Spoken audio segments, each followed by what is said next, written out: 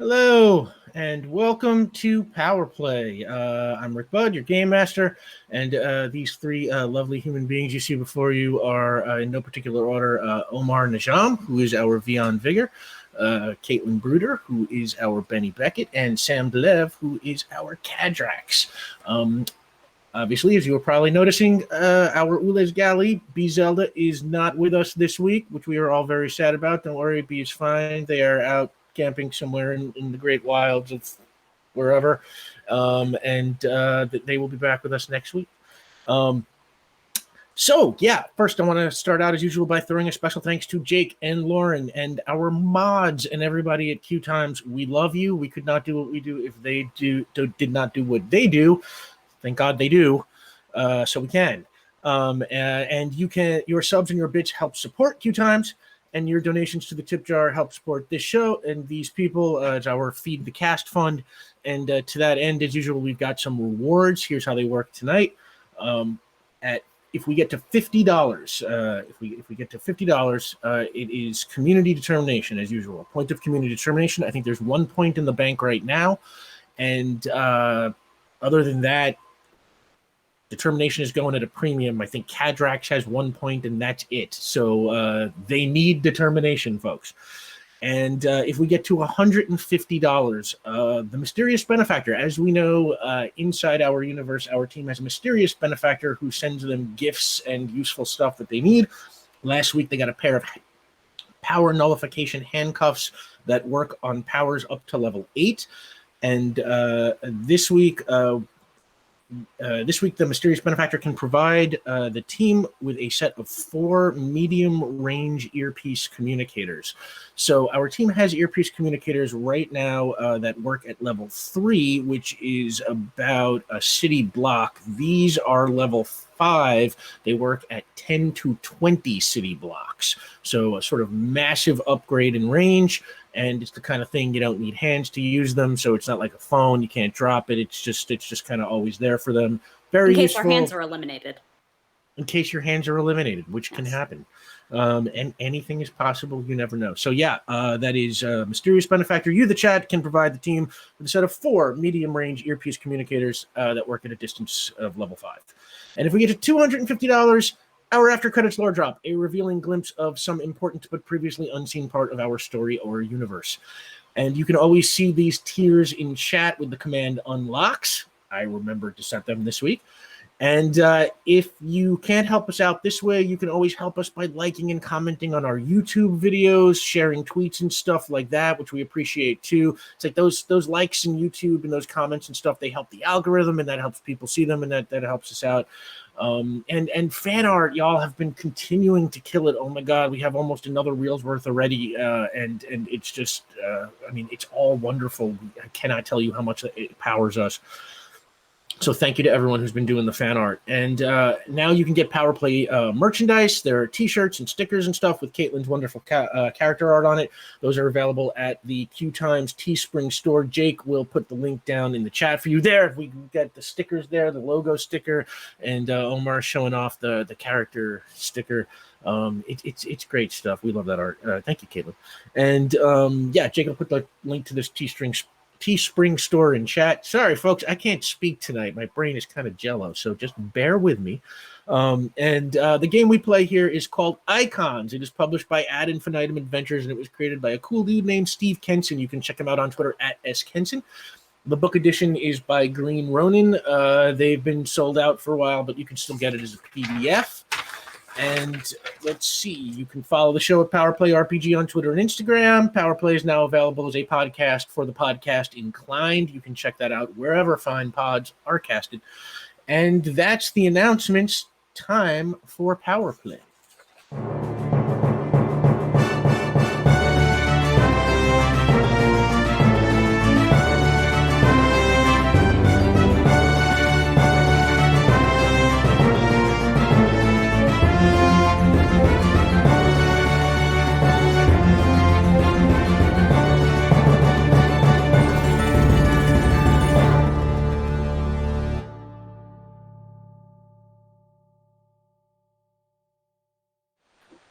Welcome back. I still love that theme song. So I think I'm being told that we have already opened up the first tier there, so y'all have that first point of community determination, if I am seeing that correctly. So that gives us 2 points of community determination, and the next tier opens up the level 5 earpiece communicators. So, previously on Power Play. Marilyn Ewart, the secretary of Baronsdale-based private investigator Max McCrae, hired the team to investigate Max's death. Max had been shot while allegedly breaking into the Prefecto building in Avalon. But even though the police ruled it a self-defense shooting on the part of the Prefecto security guards, Marilyn was not buying it. The team headed into Avalon to do some preliminary investigating themselves, where they learned a bunch of stuff. Bennie and Vian, posing as media, started asking questions about Orson, the AI the artificial intelligence that Prefecto had recently sold to Port Ruby to manage all of its administrative functions. But Ulez and Kadrax learned the names of the security guards who had done the shooting. But before they could finish what they were all doing, they were distracted by a more immediate situation. Port Ruby Police Headquarters, just a few blocks away from the Prefecto building, was being attacked by a 5-story tall giant who they soon learned was calling himself Big Problem. Kadrax and Ulez confronted Big Problem and dealt him a bit of damage, but then he managed to knock Ulez from the hands of the flying Kadrax. Ulez plummeted to the ground and smashed into the pavement, but were quickly rescued and snatched from the scene by the teleporter Molly Darnell. And it is right there that we pick up in the middle of that fight. All 3 of you managed to catch Molly Darnell teleporting in to take Ulez away. Bennie, you have seen her before, and I'm going to assume that Kadrax and Vian were briefed about who she is, so you all kind of recognized who she was there. I believe when we left off, exactly, Bennie and Vian, you had driven up in the van and kind of stopped right at the feet of Big Problem and hopped out. Vian, you had been casting your magic spell for telepathy. And it takes, of course, a round to get that going. Big Problem had the last attack, knocking Ulez from Kadrax's hands. The initiative order was Kadrax, Big Problem, and of the people who are left, then Vian, then Bennie. So, Vian, it is your turn. Big Problem looms over you, looking down at Ulez, who he just swatted to the ground like a bug. What do you want to do? I would like to read Big Problem's mind. Okay, so telepathy. Folks, since Omar now has access to pretty much every power in the book, gonna have to be making a little consult with my Icon's guide here. Telepathy can read minds, transmit your thoughts. Roll a telepathy versus willpower test to read an unwilling or unsuspecting subject's thoughts. Willing subjects do not require a test. Failed test means you can't read that subject's mind. Reading particularly deep or long ago memories require a higher degree of success. Blah, blah, blah, blah, blah, blah. All right, telepathy versus willpower. So your telepathy is at a level 3. Mm-hmm. And Big Problem's willpower. Okay, so make your telepathy roll. Great. And can I throw occult on this? Or is that just for the success of the spell? I think that's probably just for the success of the spell. Okay, that makes sense. Yeah. Okay. So here we go. That's going to be for me a 6. 6 total? Yeah. Well, I'm plus 3. Yeah, you're getting nothing. You cannot seem to pick up any of Big Problem's thoughts at this point. And that brings up Bennie Beckett. Oh my God. Okay. Well, what is he currently doing? At this point, things are unfolding very fast. He kind of swiped Ulez to the ground. He's looming over you. He probably, you know what? I'll tell you what. He does not at this point notice you and Vian, or if he notices you, does not seem to be paying any special attention to you as any kind of threat. We're So just a little he's bug. kind of looking Okay. back up, for wherever Kadrax is, who's, is hovering somewhere in the air. Bennie just goes, I guess I could try to get his attention. And I'm gonna get out of the car and we're in public. I'm put hood up and I'm gonna see if I can get hands on fire. I have to roll for that though. Yes. Okay, I'm good. Hands on fire. Okay. I just want to light his pants on fire. Okay, sure. While we test, so we have time to think. I don't know. Yeah, make a power roll. Okay. Wow, Okay. whether or not he is lying, apparently his pants Yeah, could let's catch on find out. fire. It's Oh my god. 7. 7. I just add my aura power to that, right? Or do I add what do I add to that? Just that is your power roll, right? So your fire control. it's the aura is on, and then would fire control be to catch him on fire then? Because that's gonna be worse. So either way, I might not be able to do this. Yeah. Well, okay. Fire control would be okay. How are you trying to catch him on fire? You're just like kind of trying to grab his pants with your. I'm just going to open I just want to put my hands just grab the back of his pant leg then or use something. your aura power level. Okay, so yeah, that's still only a 7. I'm just gonna grab onto him. Maybe I'll at least get his attention. Either way, maybe I'll get something. It's a 7, but like I said, he has not really pegged you as a threat yet, so he doesn't really do anything to kind of resist or move away. I'll tell you what, I'm gonna make. You managed to catch the bottom of his pants, and what I'll say is, it's like some embers kind of catch and start to spread a little bit. It's not exactly bursting into flames, but you see some smoke starting to emanate from the spot that you caught. And they could catch into flames in future rounds. I'll work on that. Okay, I'm gonna back off then, if I can do that then. Yeah. I don't want to be underfoot, I guess. Yeah, absolutely. Movement is free, so we'll say that you kind of like back up a tiny bit. Kadrax, that brings you up. All right. Well, flying nearby, the issue is fundamentally what are superficial spots on humans that are extremely vulnerable, such that one need communicate proportionally less force in order to access damage and deleterious effects. Kadrax is going to attempt in that spirit to access the side of the neck and thereby the vagus nerve. Ooh, I don't want to fight with Sam. Oh, you scare me. I just want to check something real quick here. Character driven. I don't.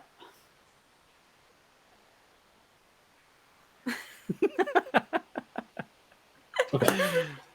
So you are attacking with your power, or you are prowess, or you are. I'm actually going to fly in order to give some F equals MA to a shield hit. Wow. Okay. Yeah. Make your prowess roll, because the flight part is free, obviously. So you just swoop in. That works. You kind of fly in towards his neck. Yes. Nice. All right. 11. 11. So that is a major success. Okay. So you are trying to do something. Well, you are trying here to cause. I believe in terms of game mechanics, this is numerical damage, so that's 7. Right, okay. Base, I don't know whether major success achieves stunning outcome under those circumstances. Not quite. I think you gotta get massive success for stunning, and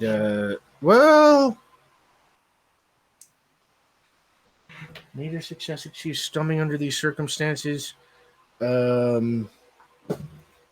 Man, hang on. Yep. Sorry, it's been a while since somebody's done stunning worthy damage. And yet, look at this cast. Oh, the cast is utterly stunning. Yeah, no, I didn't mean to imply Constantly. anything to that effect.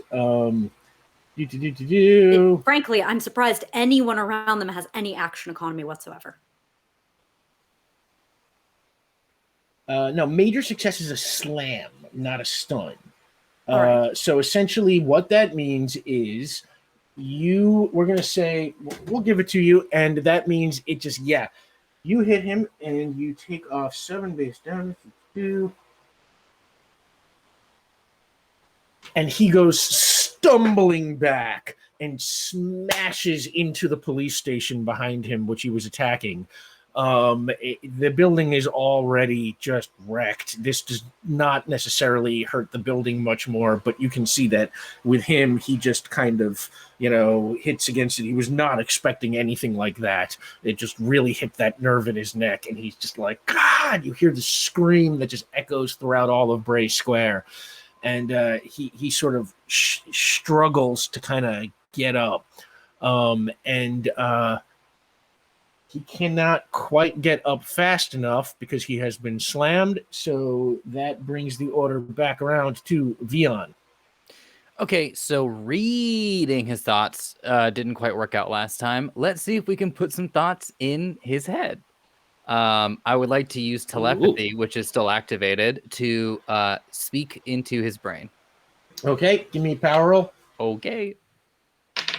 Come on, be kind to me. It's a 4.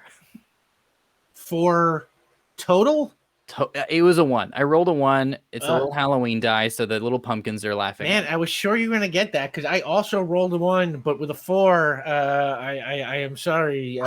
Even big problems willpower beats that. I understand.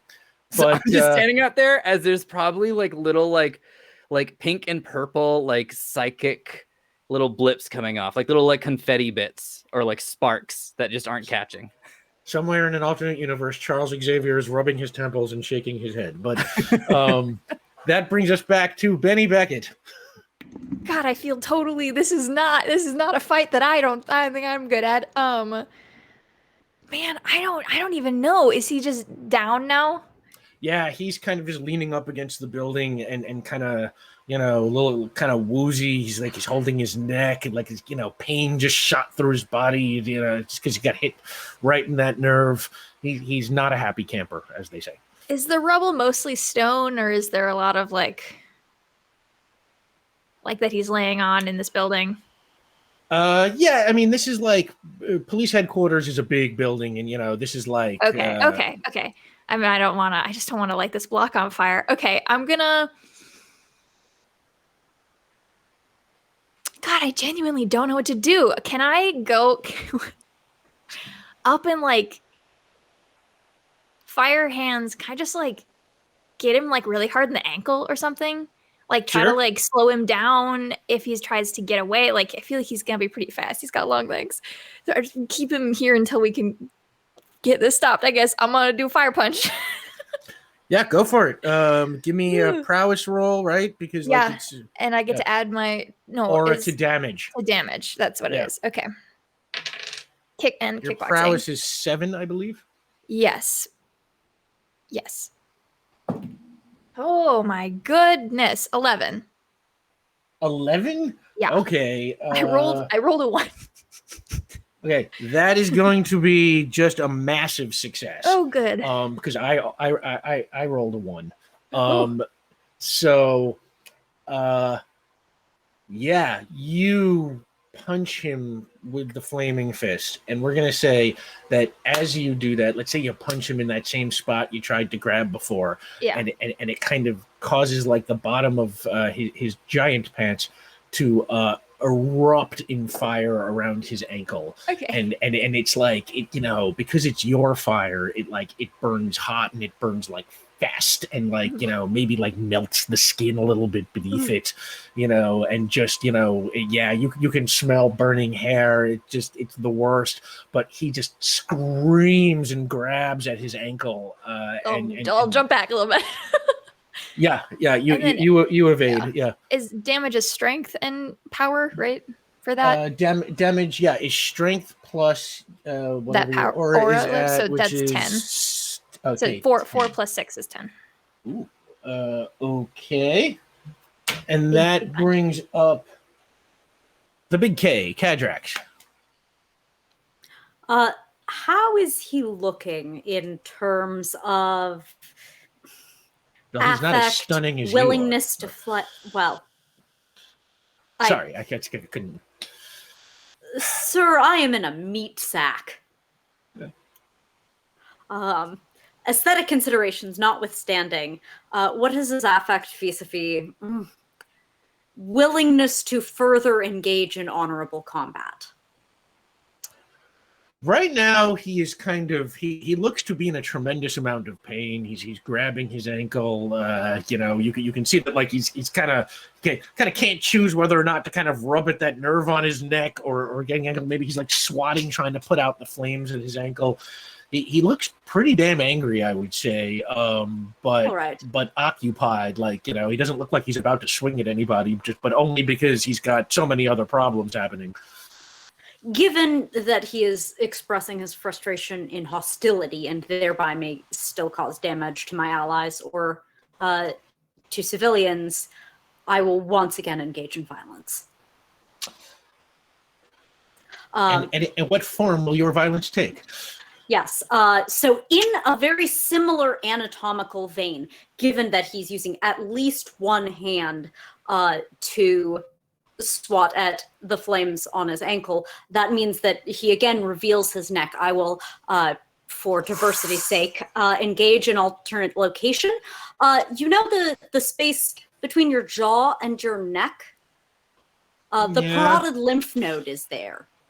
Oh my God! You're like a nightmare. Okay. No, they're a Knight of the Blue. Nightmare of the Blue. It Okay. is an honor to serve alongside you. Yeah, I'm seeing Sam rub off on Caitlin here a little bit. Okay. Is this another prowess attack, or are you using sound waves? Or yeah. These are locations where a small point of force on this person might still have some sort of effect. Okay, give me your roll. All right. 10. 10. Okay. You go flying towards him. He sort of tries to get out of the way, but he's sort of so much pain already. He can, he can barely move, much less dodge effectively. And yeah, you just go flying in and smash him, and he screams, and the pain is just so overwhelming that he just kind of passes out on the side of the building, slides down to the ground, and when he slides to the ground, this kind of like goldish glow appears around him real quick, and he shrinks down to about 6 feet tall, and now is just a regular man lying on this pile of rubble, completely knocked out. I don't want him on fire anymore. I want to make sure that, I don't know if shrinking did anything with that, but I want to make sure he's not on fire anymore. I will say that, yeah, as he was stomping out the flame with his giant hand, it was enough so that, yeah, the fire is out. Vian, Bennie, please come meet Problem. Okay. I would like to walk over and just try one more time. Just the old college try. Can I just get one telepathy roll in this game, please? All right, give it a shot. Okay, here we go. 6. You know what? Because he's unconscious, I'm going to say, his willpower probably doesn't apply. This basically makes him, I think, the equivalent of a willing subject. So, yeah, you are able to read his mind. Now, let me see one more time here. Telepathy. What am I supposed to tell you or not tell you? I think it's pretty ambiguous. Yeah. in To terms of read minds and transmits thoughts to others.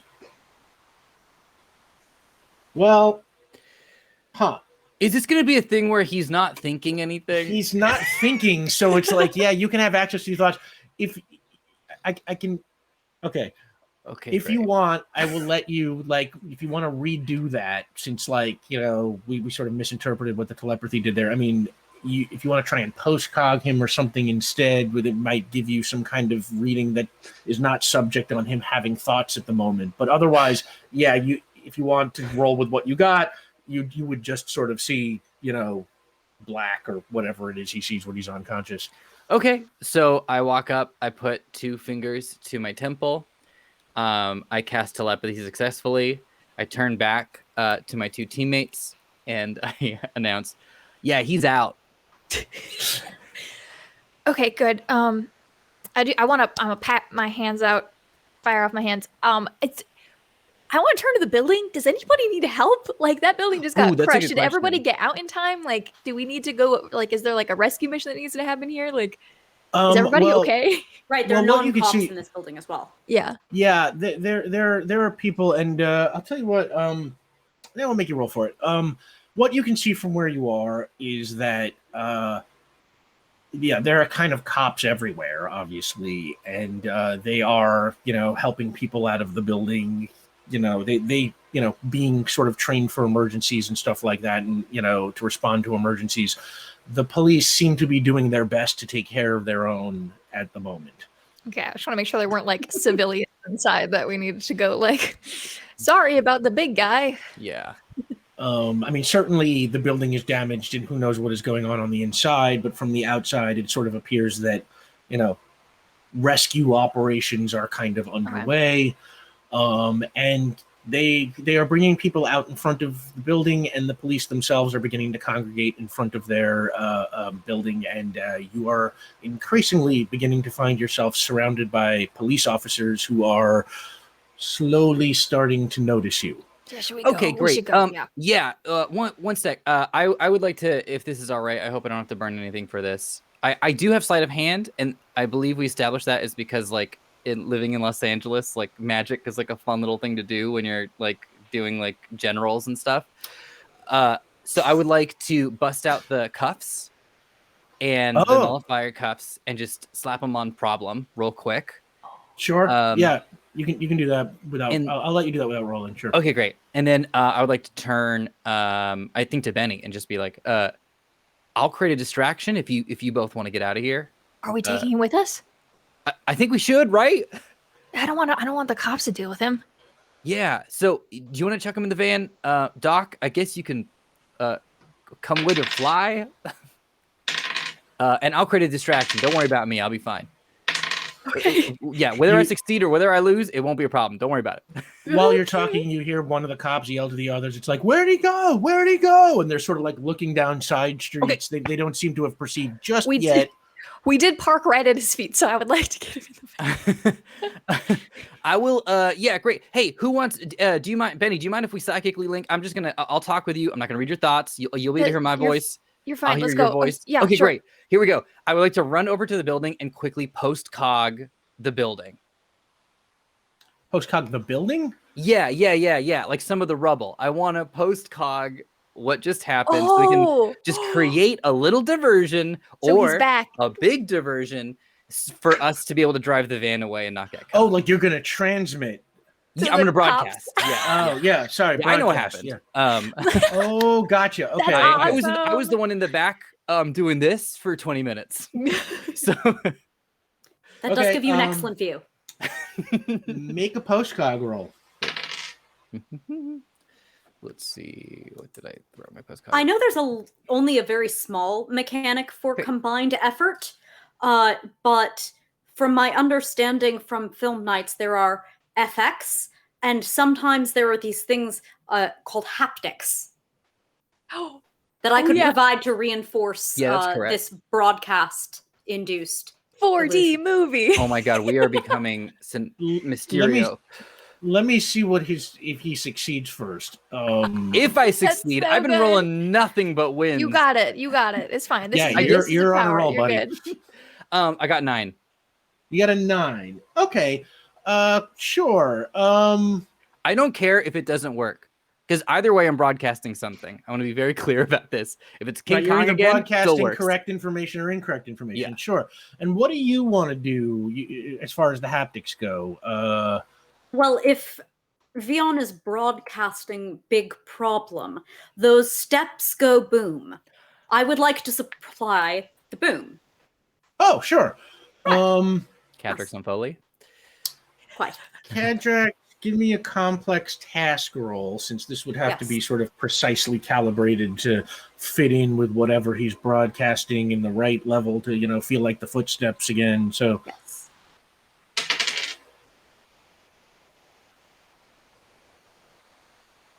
And sorry, 10? yes. Okay, sure. So, Vian, you broadcast an image, and the image that you broadcast is like basically the beginning of the attack. And like what it looks like is, what you sort of see is like outside the building, just, what looks like it was maybe just a few minutes ago. You see Big Problem. You see, essentially a guy dressed all in black with like a ski mask stands in front of the building, and he kind of looks around, and this gold glow appears around him, and him and his clothes, just entirely all blows up to, this giant guy that you saw. And the first thing he does is he reaches over and he picks up a truck, like a pickup or something, and he hits the side of the building. And when he does that, Kadrax kind of shakes everything. And then he flings it into the air, and you sort of realize this was the truck that you saw fly past the window, when this first started. And while the police are sort of dazzled by this show, what's going on? I'm getting him into the van. Bennie, give me a strength roll. Oh boy. Okay. Okay. 10. Yeah, no problem. You kind of pull this guy along and into the back of the van and close the back of the van doors. And Vian and Kadrax, the vision comes to an end, and the cops, you see. I do want to drive before they get their vision back. Like I want to get down the block or something, or pull into another street. You're pulling out before the vision ends, so that we're they don't see us leaving. In the car is more identifiable. I have faith in these two to be able to slip away unnoticed. Yeah, absolutely. Their successes were both big enough to allow you as much time as you need. And says that, you kind of pull around the corner, and I'll park and wait for them.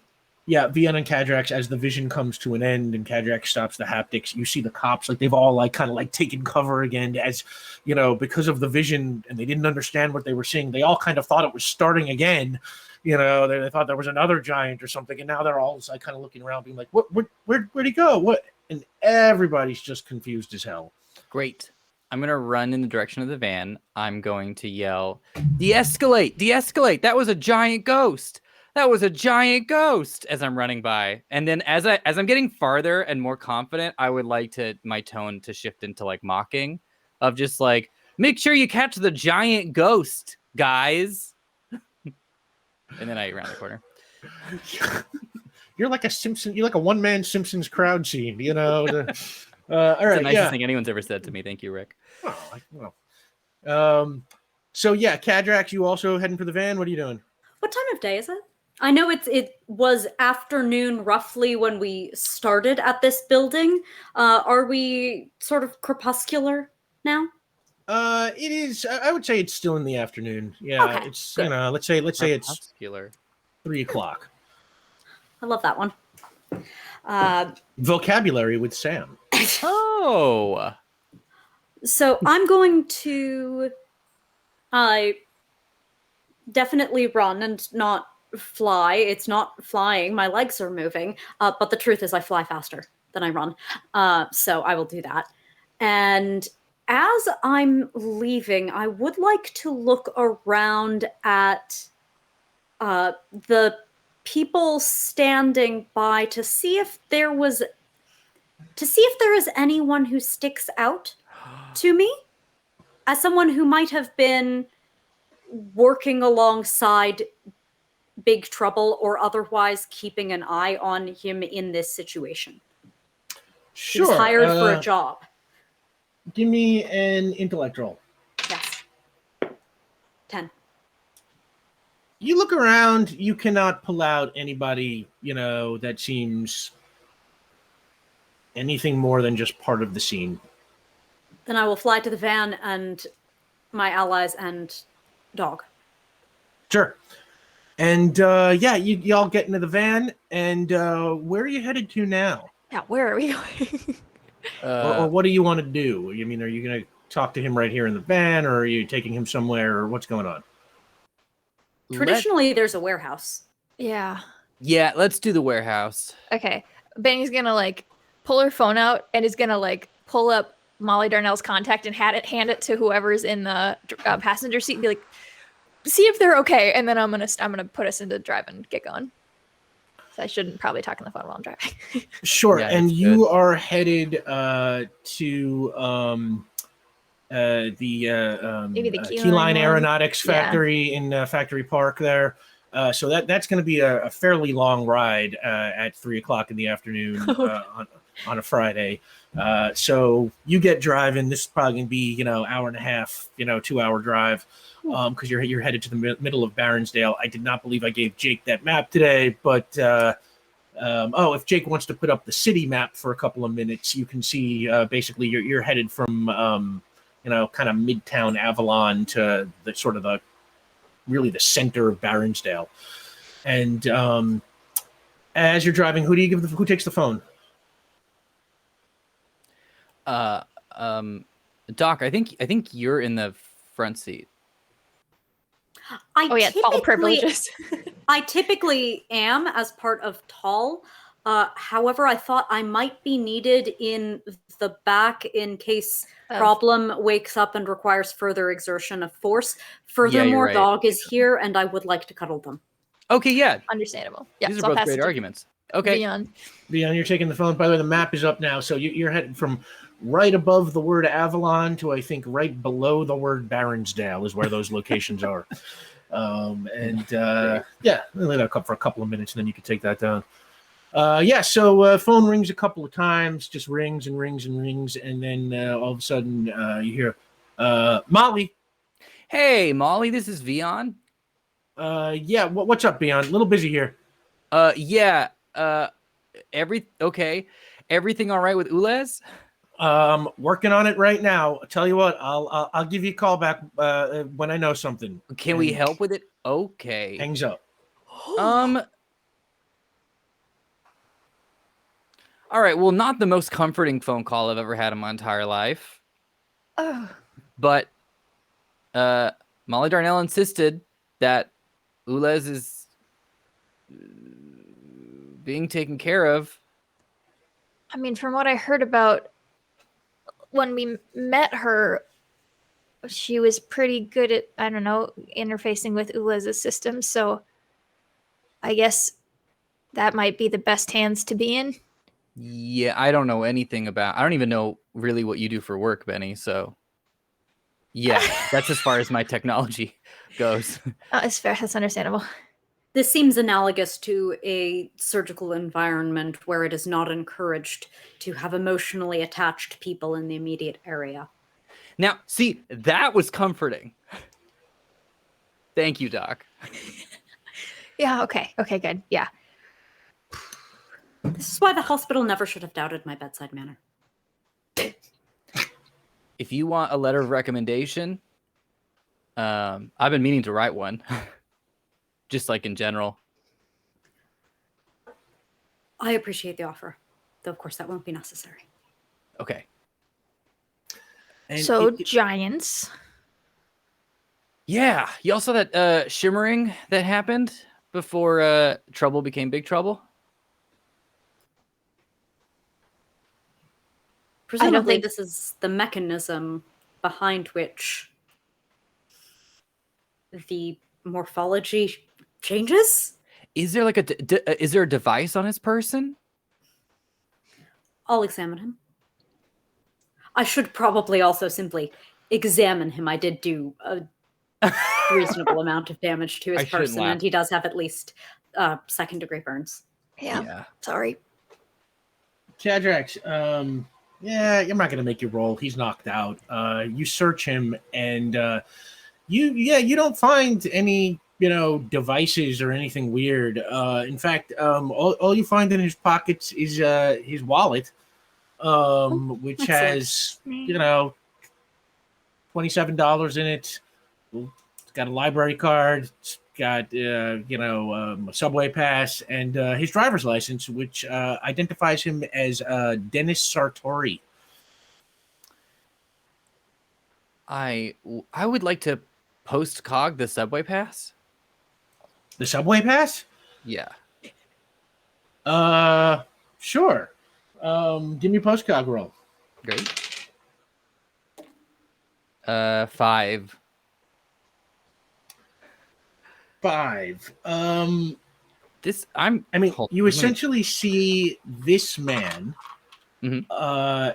If I had to cast him, have you removed his mask yet? Well, I guess you can see him now without the mask because of the postcog.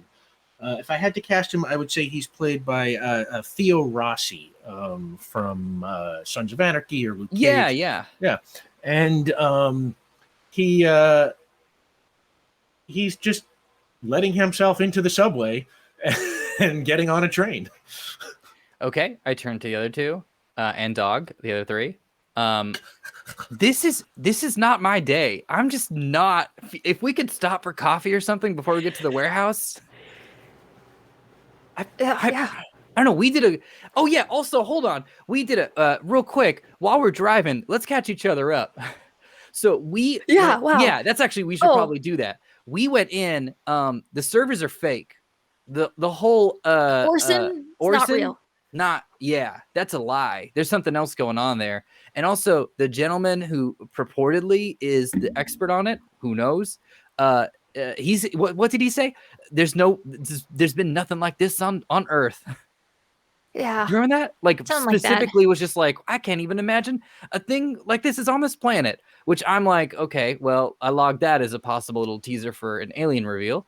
And that's kind of mostly what we got. We could probably go back also. Yeah. Right?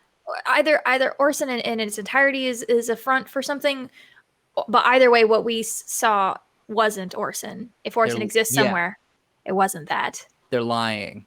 Yeah, and they have an actor coming in or someone who was. Can we Google that name?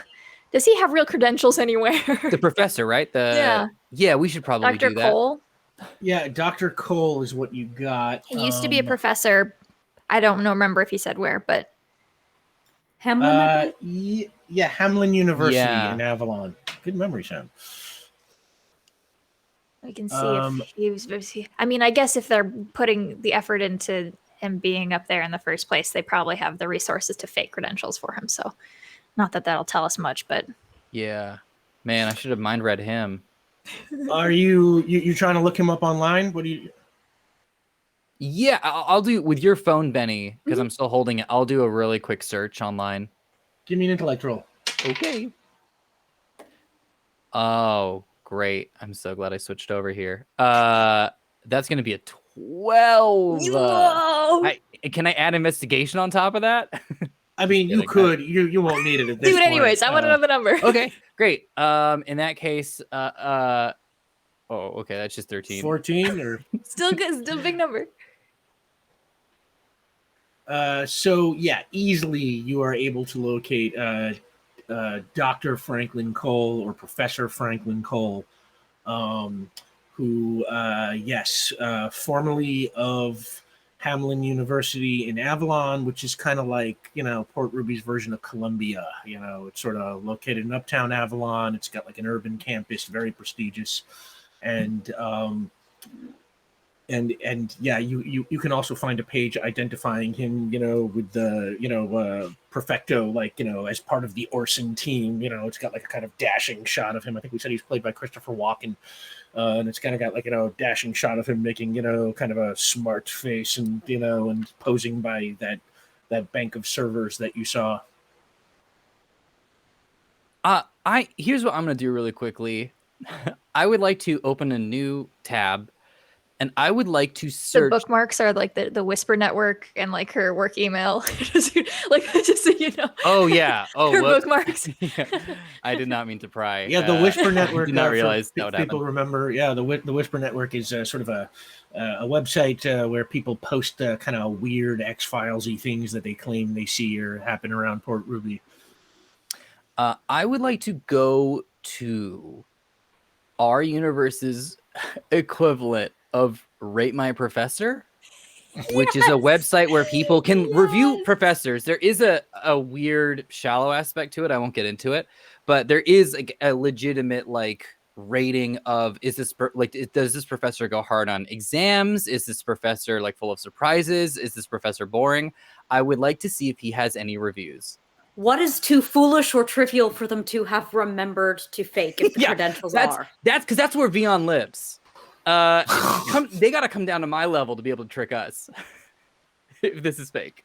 Oh yes, we can always go lower. This is so good. This is so Yeah, smart. You definitely find some stuff, and I mean, all the things you never expect to have to improv. But you find some reviews of Professor Franklin Cole, and the reviews are pretty mixed in a sense where it's like the students are sort of like, Cole is obviously a brilliant man, but he is as disorganized as they come. He is frequently late to class or just misses classes entirely. He often goes off on tangents in the middle of lectures and will just speak until the time period is over, never having addressed the subject that he said he was going to be addressing that day. Many of them, were sort of not sorry to hear that he had left. These are just symptoms of achieving tenure. You're not wrong. They left reviews after he was gone, being like, we're not that sad about it. Okay, great. That tells me everything. That's pretty realistic. Okay, yeah, I think he's real. So they hired a real professor to come in and pretend to be, or is he actually an expert and they have him be a front? That wouldn't make sense. They wouldn't use someone who they're actually using the expertise What classes did he teach? Because Sam knows, Rate My Professor, they will actually sort by class. Mm-hmm. So was he teaching intro level comp sci? Was he teaching special topics in artificial intelligence? Was he teaching structures and interpretation in computer program? No, that's a university specific one. But yeah, anyway. Comparative literature.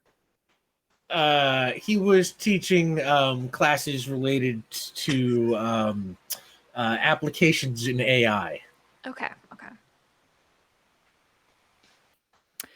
Tough crowd, apparently. Tough crowd, the AI student base. All right, so that was pretty much our download. Turns out real professor, everything else fake. How about you, Doc? What did you get up to? We found a report of unconfirmed status of how the security team accounts for what happened to Max McRae. Per their report, he was trying to get into the elevators, which, if he did not have information on these servers being fake, is reasonable. But if he were trying to go to some other destination, the report could well have been doctored to not reveal the actual location of his interest. Per, again, their report, security chased him away from the elevators and then shot ballistic weaponry out of the building and through the glass, and furthermore through his body, I suppose I should say. Creating hazard to passerby, but validated ultimately by broken glass found outside the building. And while you are talking to them, your phone starts to ring, Kadrax.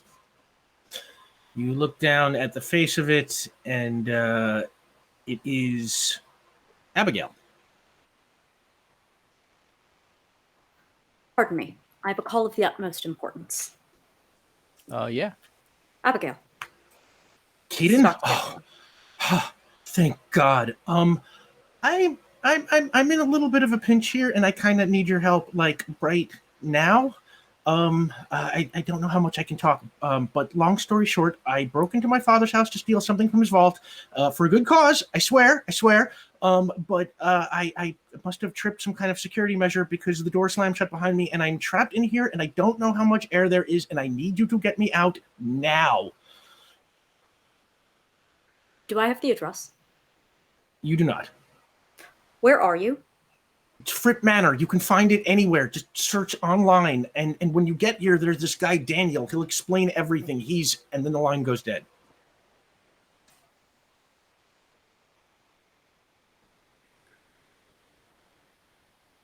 If you would be so kind as to look out for my allies, stay. You're very good. And as I finish hand cranking the window, my roommate is in trouble at Fripp Manor. Do we need to make a pit stop? Yeah, we can go ahead and go there. Are we still in traffic, Rick? Yeah, it might be faster if you go and we meet you there. I'm gonna say is that like you've kind of barely made it out of the city at this point. In fact, all Vian did was sort of look something up online. I'm gonna say it's like you're just about getting to the bridge outside of Avalon right now. Traffic is moving. That is a technical term. That is true. If you live in a city, you'll understand. Then, as I am shedding any excess accoutrement I might have on me, quickly Googling Fripp Manor just to see if it tells me which... Sure, Are they called boroughs? Neighborhoods? I think we've been calling them counties. Ah, yes. Counties, naturally. Nope, I'm putting the local governance questions away. Yes. Does it say in that, local kind of governance explanation session in a future? Don't tempt me, Frodo. Okay, but sometimes in Google they'll have that one headline result above all of the others that's just kind of a little bit of a card. Yeah. Do I see that? Yes. This is a well-known, sort of location, and you can see that it is located in Corin Heights. Jake, can we put up the Avalon map for this week? And Corin Heights is just in North Avalon. The map will go up any second now, and you'll see it's kind of all the way to the west in North Avalon, right on the water. Forget if I named that body of water. Sorry. Did I name that body of water? Let's see.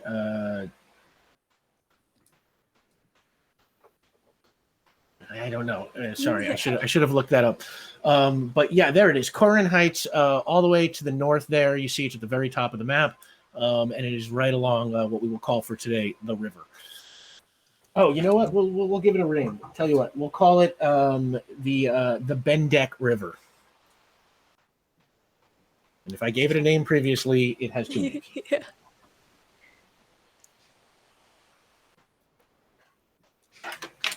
Where you are right now, you were just leaving Bray Square. You were headed to one of those bridges there by Monroe Harbor. So you probably have to go all the way back up north. Fight traffic across Avalon. And for this reason, I will tell you that she is at Fripp Manor and presently, from what I understand, locked in a vault. If you would care to follow. Yeah. I will see you there, and thereafter I will scooch myself out of the car window and ignore traffic. I kind of love this, yeah. And Kadrax, you kind of climb out the window and just kick off the door. Yeah, into the sky, and your flight is level 2, which means you can fly about as fast as a horse. 55 miles per hour. Yeah, about 55 miles an hour. So you are on your way north to Corin Heights. Bennie, do me a favor. Make a coordination roll. Okay. You're driving, right? Yeah. Do some aggressive driving here. Oh wow! And apparently we have opened up the second tier. So You Woo! have your communicators level 5, which means now with your earpieces, and we're going to say that this is like a software download to your existing communicators. So you have them right now, and they work at about 20 city blocks, Cool. 10 to 20, depending on atmospheric conditions, what's between you, that kind of stuff. That's serendipitous timing. Yeah, I would like to touch my ear and quickly let the doc know that we got the upgrade. Yeah, and you surprisingly can still hear Vian talking to you, even though you are now a good deal further than a block away. Bennie, what'd you get? I rolled a 1, so 5. I put that dice in jail. I Roll think like that's 3. a good idea. Wow, so, when yeah, D's thank gone. You. So first of all, thank you so much, everybody. $100 till the after credits lore drop.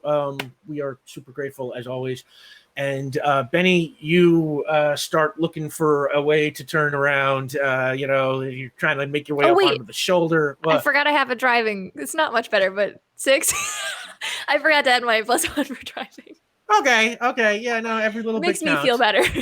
Yeah, you make your way up onto the shoulder and sort of start slowly trying to get to an exit so you can sort of turn around and head back up. Kadrax, you soar through the air over Avalon. You are going right over Midtown. So, Superman, like in Metropolis, you're going through the buildings. You can see the people at the height that you're at now, just like little ants kind of down below. And you pass right back over Bray Square. You can see them, fire engines arriving on the scene, ambulances starting to, attend to the damage done by Big Problem. It takes you 55 miles an hour. I mean, I don't know, 15 minutes or so. I don't know. I'm not going to sit here and do the math, but, it takes a little while. You get there, and you can see, because you saw the location on the map, and Fripp Manor is not hard to find. It is enormous. And you can see it, and you come flying right down and land right in front of the gate on the outside, where, well, I shouldn't say. What I should say is, as you go flying, let's say you come down, and do me a favor, make an intellect roll. Right, let's see if I can spot the Daniel. That's a 10 to spot the Daniel. I am only rolling 10s today for reasons 10. still Yeah, unknown to me. You're on I've a roll. rolled one thing that is not a 10. So yeah, from the sky as you come in, you can see this mansion is gorgeous. It occupies a space of several city blocks, built right on the water. I mean, just, a disgustingly rich man's home. And it is surrounded by an extremely tall brick wall that has surveillance cameras at regular intervals all around it, spikes on the top of, the wall, like those metal spikes that are always kind of attached there. And there's a fancy metal gate in front, and you can see that there is a man standing outside the gate, kind of trying to peek in the front. Before I even meet this Daniel, I, with almost a panic undertone, ping the building. I want to see movement in a vault. I want life. Give me a ping roll. Yes. Well, I did not roll a 10. I did roll a 12. You release your ping, and you get nothing. Like, I don't mean no movement, but it's like the ping doesn't work at all. You can't get past the walls of the building. You just get the outline of the building. You get the feeling that there is something in the walls that specifically absorbs or somehow blocks this kind of probing. How far downward into the ground, the foundation, does it extend? I would say all the way to the foundation. It's like almost like he was prepared for somebody to try this. Oh, I'm just trying to figure out, if one extends farther, that indicates the existence of underground facility.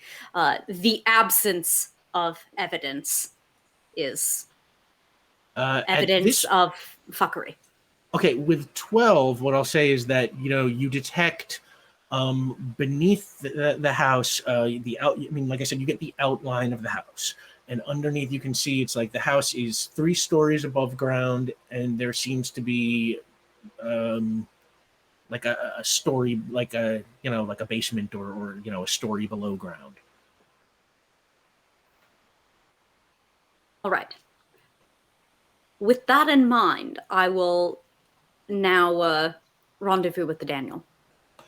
Okay, you come flying down and land on the ground, and this guy, he doesn't even see you. Because who's looking for someone arriving from the sky? So he's just kind of like standing there and like, and as he sort of tries to like kind of climb up the gate and then quickly slides back down, and he sort of tries to climb again and slides back down. And what you can see is you see the back of a guy. He's wearing, tweed blazer and pants is what you can about see right now. I hope you have a better plan for saving Abigail than meager athletics, Daniel. And he just and just like whirls around, and he's just like, oh my god, and okay, you got to look at this guy, and I would say he's tweed blazer, bow tie, round glasses. If I had to cast him, I would say he was Domhnall Gleeson, the guy who plays Hux in Star Wars. And he's kind of looking at you and just like gripping his chest as if you just almost gave him a heart attack. He's like, oh my god, oh, are you Abigail's friend? Yes, I'm sworn to protect her, and for that reason, I will require you to give me all information you have on this circumstance that we might free her immediately. He kind of straightens his ties. She said you would be coming. And even though I don't do it very well, he's got a British accent, and he straightens his tie and his jacks. My name is Daniel Sizik.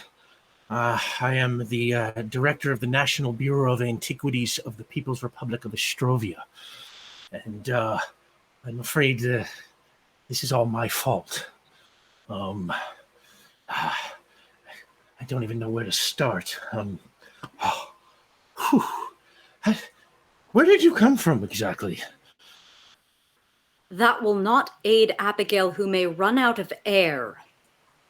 What was the plan for this burglary? I do not, at this moment, need to know why you induced her to do so, though, of course, you certainly did. I need to know how you expected this to go and how you might aid in freeing her immediately. Well, I'll be perfectly honest with you. She said she could take care of this. She said she knew the security codes and just told me to wait here. Then it took a while longer than she told me it would take, and then I got a call that said she needed help. She was trapped in the vault. I tried to climb the wall, but I'm not very athletic, and then I tried to climb the gate, and I fell down, and I think I tweaked my back. And then she said that she was calling for help, and one of her friends would be here soon. And I couldn't. You got here very soon. This is Abigail. Focus. Focus, right? Yes. I want to look to the gate and see what I can see there. Okay, make a intellect roll. I only roll one number, and that is 10. I'm rolling different dice, too. I have about 4 different dice that I'm holding on to. Okay. Well, like I said, it's like you see this, large brick wall surrounds the place, very fancy gate in front. There are security cameras everywhere. With a 10, what I'll say is the security cameras seem to be pointing in odd directions. You get the feeling that they might have at one point been rotating and then stopped, just at whatever random direction they were facing. And beyond the gate, there is a very long circular driveway. It goes towards the house. The house is I don't know, 50 yards beyond the gate, there is a large fountain in the middle that kind of blocks your view of the front of the house from where you're at. The driveway seems to circle around the fountain and then, come back towards the gate. There is a wide lawn on either side of the driveway, very well kept. There's, hedge sculptures and very well kept hedges kind of all around. And that's about what you can see from where you're at. The gate itself, the lock fixture, electronic in nature, one of those iron bars that's lifted and padlocked. What do I see that is my current, most immediate impediment to freeing Abigail? This is going to be the question at each step. Sure. You see, there doesn't seem to be like a key or a bar or anything. It looks like whatever is locking it is, inside the gate, and is probably opened electronically. In fact, if you want, Daniel can even be like, can confirm for you that essentially when Abigail got here, she had a little beeper that opened the gate and then it closed behind her. All right. We are going to go to the inside of the gate, and you will not ask questions about it. Just very well. Do you consent to being lifted? Lifted? How do you mean? Probably from the ribs would be the easiest. Well, I have no real objection to it. I don't Understood. see how that's going to help. Whoosh. Make a strength roll. It occurred to me right before I did it that I should not do it unconsensual. 8. Okay, yeah. It is not a 10, but it will do. Yeah, no, that'll easily do. And he's just sort of, "Whoa!" as you kind of take him over the side of over the gate. Do you fly directly to the house or just like over into the other side? Did I feel any limitation to the vibrations of my ping over the court, like that this might be a field effect? Or did it seem to adhere solely to the building? No, it seemed to be something about the building. Good. Then I will proceed apace. The fast pace. Yeah.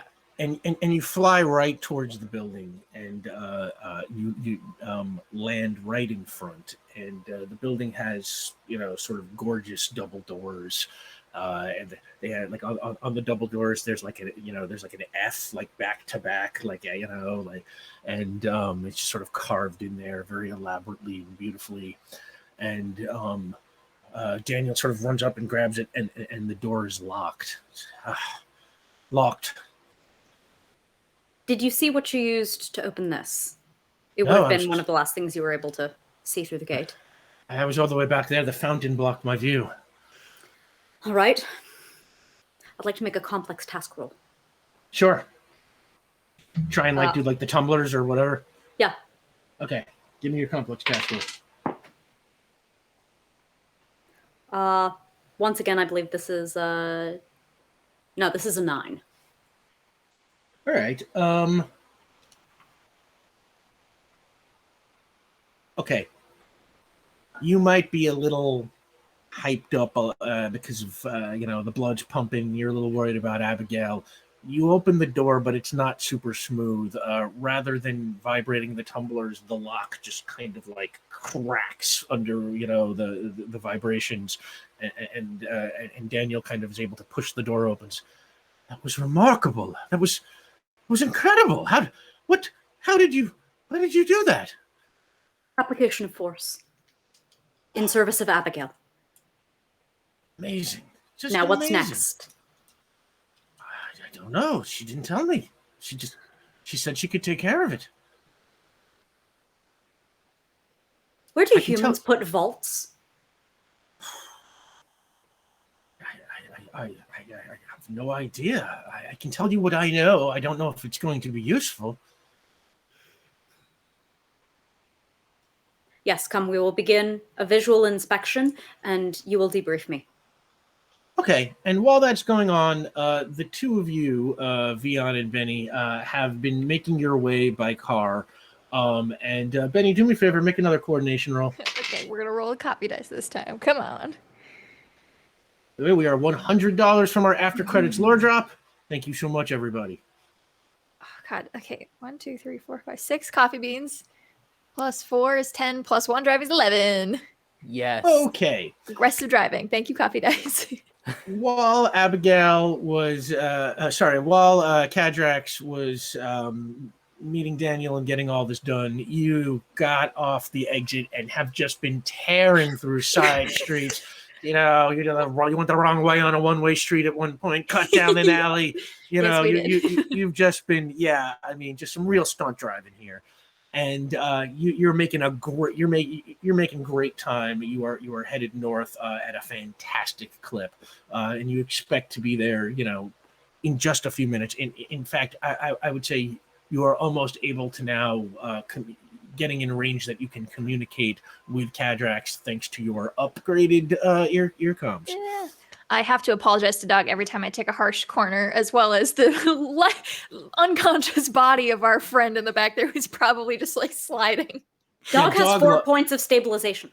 Okay, Dog is fine then, but sorry, Dog's dude. Got his head out the window, just loving this. Living it. Okay, good. Okay. Put Field trip goggles dog. on the dog and ear protection if they're going to expose their face to the wind. It's not good for their eyes to be unprotected. Do we have I'm goggles? not there. Oh, you have goggles. We'll make that one of those. Yeah. Goggles we'll, in the This glove is what our compartment. benefactor needs to provide us. We need we'll make real. that a benefactor gift. Are they in the glove compartment in the came with the vehicle? X-ray goggles. Yeah. So yeah, you are just getting there a fantastic clip now, and in fact, you can start to, like I said, now communicate with Kadrax. So let's Kadrax. You hear a little boop in your ear as the communicator tells you that your friends are now in range again, and Daniel starts to talk.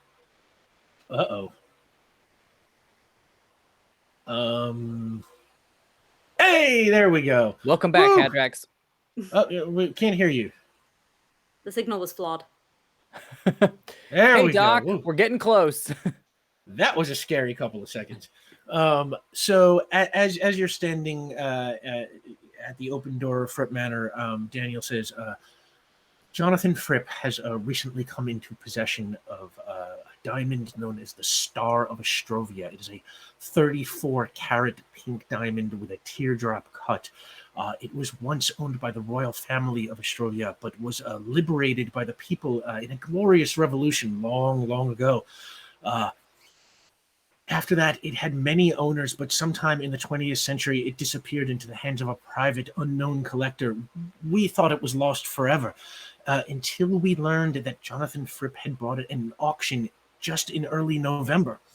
We asked him to return it, but he refused. We offered him money, a fortune of money, more than he paid, which, to be honest, is more than the people of Astrovia can comfortably afford. But they wanted it that badly, and nonetheless, he refused again. He said he would never part with it, not for anything. Well, you know, you must know how it feels to have something so important, something so rightfully yours, just taken by someone who doesn't deserve it. And I resolved to get it back for the people, no matter what it took. So yesterday, I approached your friend Abigail, and I asked her to prevail on her father to do the right thing. But she seemed fairly insistent that he never would. So she said the only way to get it from him would be to take it from him, and she volunteered to do it herself. She said it would be easy for her, and well, I am now quite ashamed to say that I agreed to let her. And well, she said she knew the security codes. We came here, and well, she asked me to wait outside, and you know the rest. The next thing I know, I'm getting a call that says she's trapped in the vault, and then you're here, and frankly, I am not sure about what to do now. Accepting your moral culpability is an excellent start. We need to find her in this ostentatiously large facility. I wouldn't Again, even this know. returns us to the existence of a vault. There are 3 stories upward and 2, I believe, downward. 1 downward. And as he's getting to the end of his story, let's say Bennie and Vian, you are coming down the street. At the end of the street, you can see the manor, and you are coming towards it.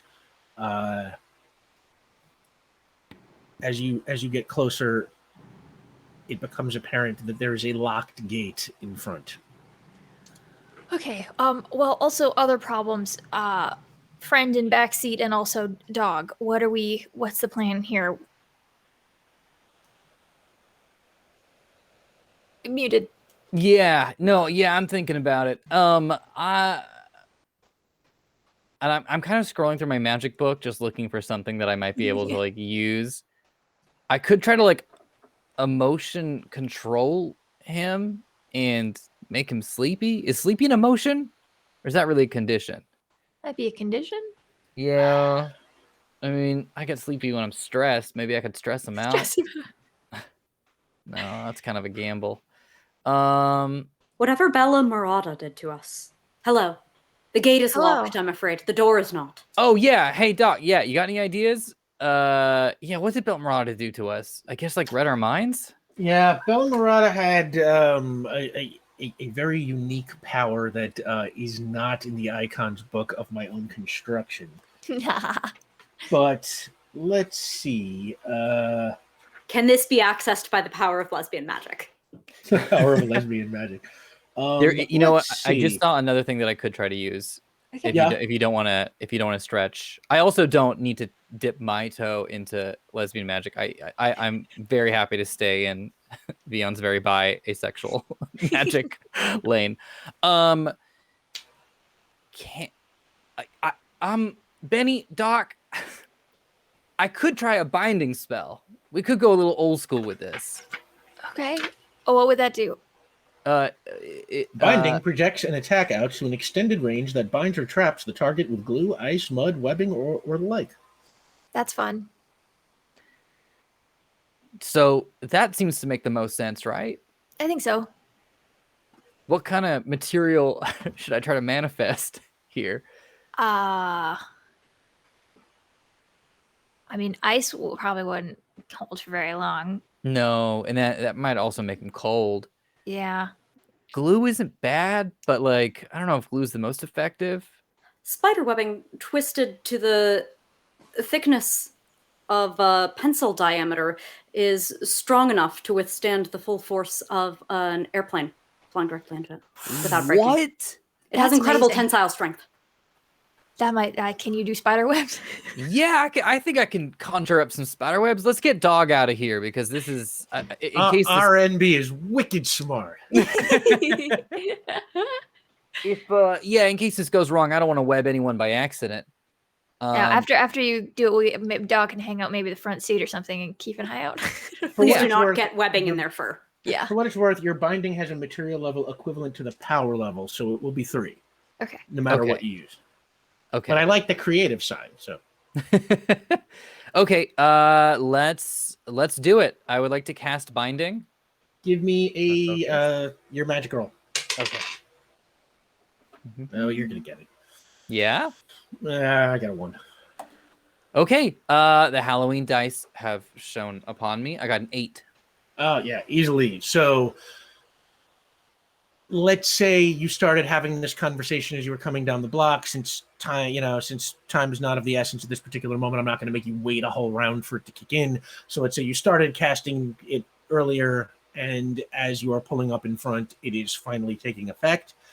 And now you have the power of binding. So you need to make a binding roll. Okay. Come on, big money. That is also an 8.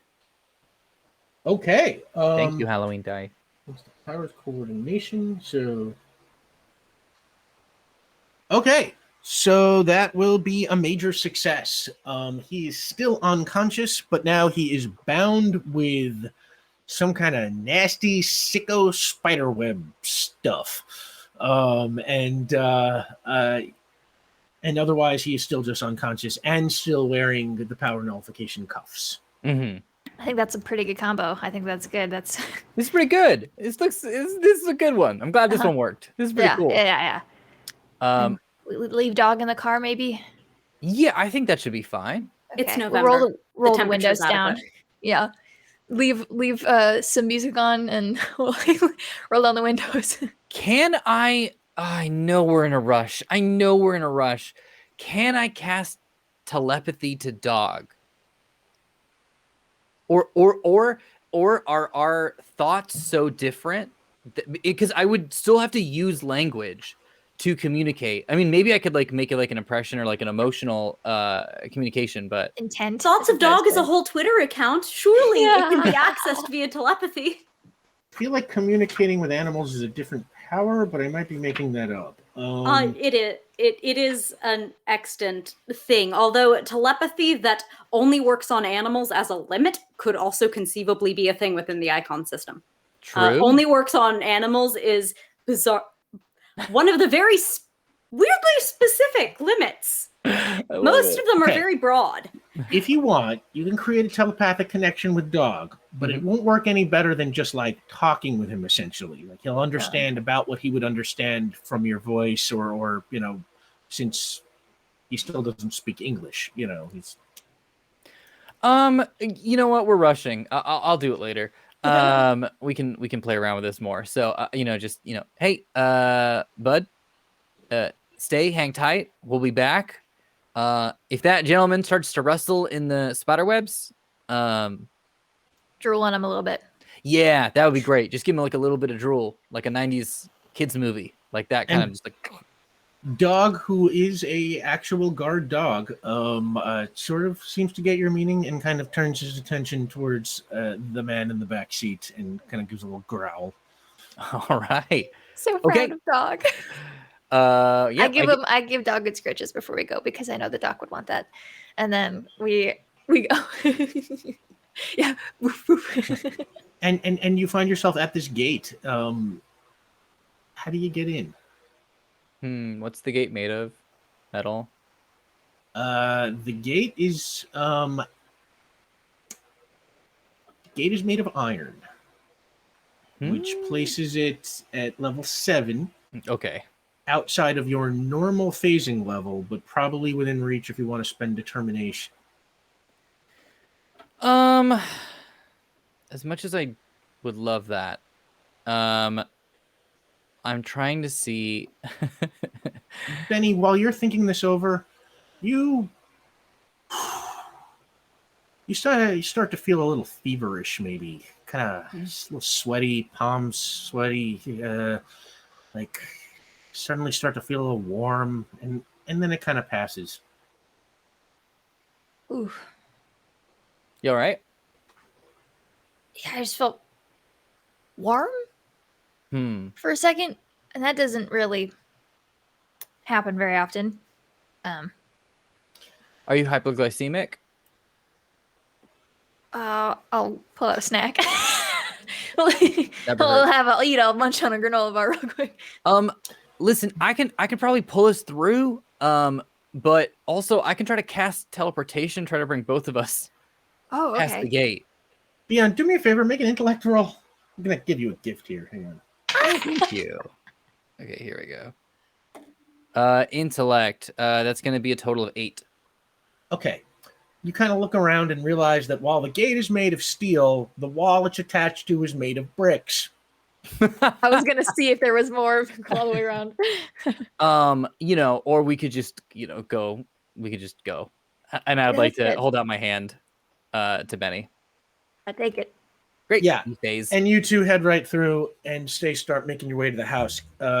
Kadrax, you find yourself walking through the threshold, and you and Daniel Sizik are standing in the foyer.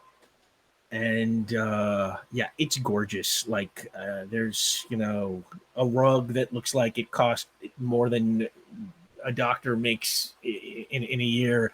That sort of goes ahead of you, and then down 2 hallways. There's a hallway to the left and a hallway to the right. Ahead of you, there are 2 staircases that go up and lead to like a landing on the second floor.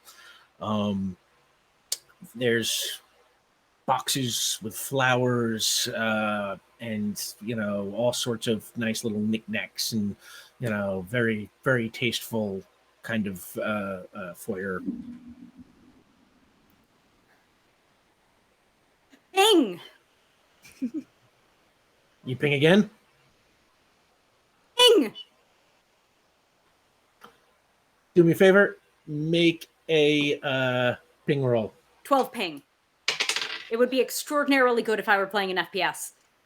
Okay, you make your ping roll, but whatever it is that is stopping your ping from working, it is built into the walls of the interior, into the floors, into the ceilings. You can only sort of get a lay of the room you're in and everything that is not directly blocked by something. So the hallway to your right is open. You can see that it leads down and then bends to the left, going deeper into the house. The hallway to your left has a closed door in front of it, but it is just open enough that you were able to see it's a hallway. You can see that your ping does not get through the door, so you know that your ping doesn't penetrate doors. But you can see that hallway actually just goes deep into the house. It doesn't go it doesn't go all the way to the left and then bend around the way the one on the other side does. This one's just like you go through the door and the hallway just goes, let's say, we'll call it north. Let's say you're on the south side of the house now. Let's say you're on the east side of the house. The hallway to your left just runs east-west. The hallway to your right first goes off to the north and then bends to the west.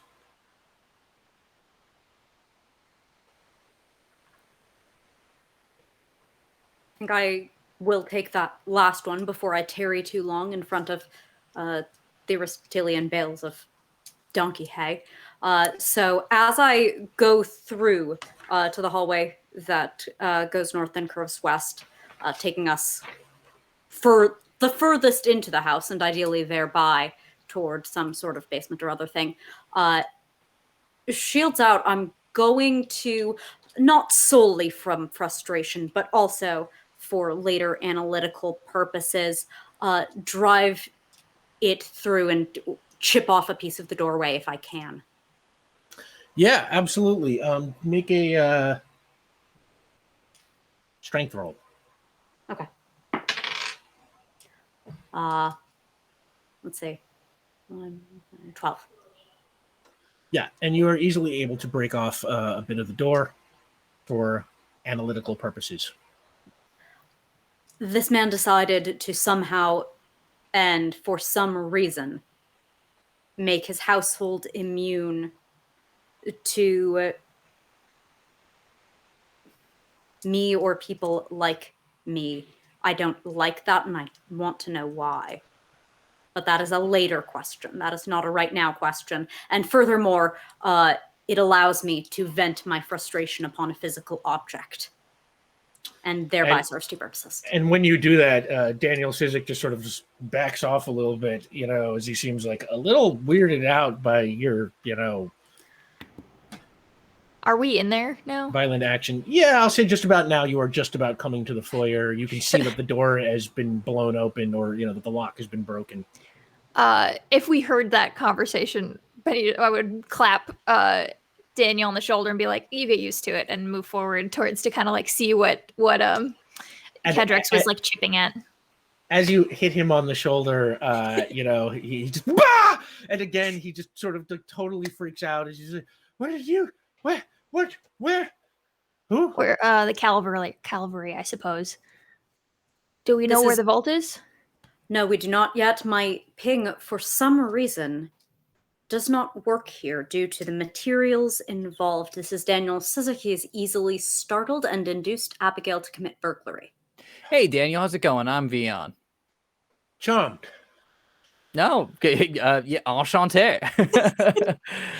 Bennie, hi. Okay, so we don't know where it is. Office? Would a vault be in an office? Maybe. It This is a large vault building. large enough for Abigail to become trapped in. Yeah, like a back wall of like. I mean, that's where you keep things that you don't want. People have access to. So you would either basement or near somewhere where you are often to keep an eye on. Maybe. Indeed, because I cannot see through the house. I thought going from the east side to a hallway that went toward the west might be the closest to what would be defined as the back of the house. Benny's kind of got her hand on the door and is kind of like wiggling it where you like took a chip out, and she kind of looks at you. Vian, can you phase through this? That's a great question. Let me try. I'm so sorry. It's been a little bit of a long day. What's your name again, sir? Daniel. I'm Daniel Sizik. Daniel, His great. hand out again to shake. Oh yeah. It's enchanté. Listen, I just want to rip the Band-Aid off really quickly. I'm a ghost. What you're about to see is going to be a little interesting, but if you get startled easily, I don't want to scare you. Okay. A ghost? I don't think there's any need to insult me, sir.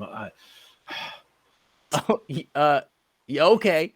And I want to face. You tried. Having some fun with the new guy, and you are able to phase through the door. But what I'll say is, as you were walking through it, you like your shoulder kind of hits the wall next to the door, and you realize you can't. It hits it, and it's like you can't get through the wall. You can get through this door. Oh. Okay, well, the walls are definitely lined with some sort of material.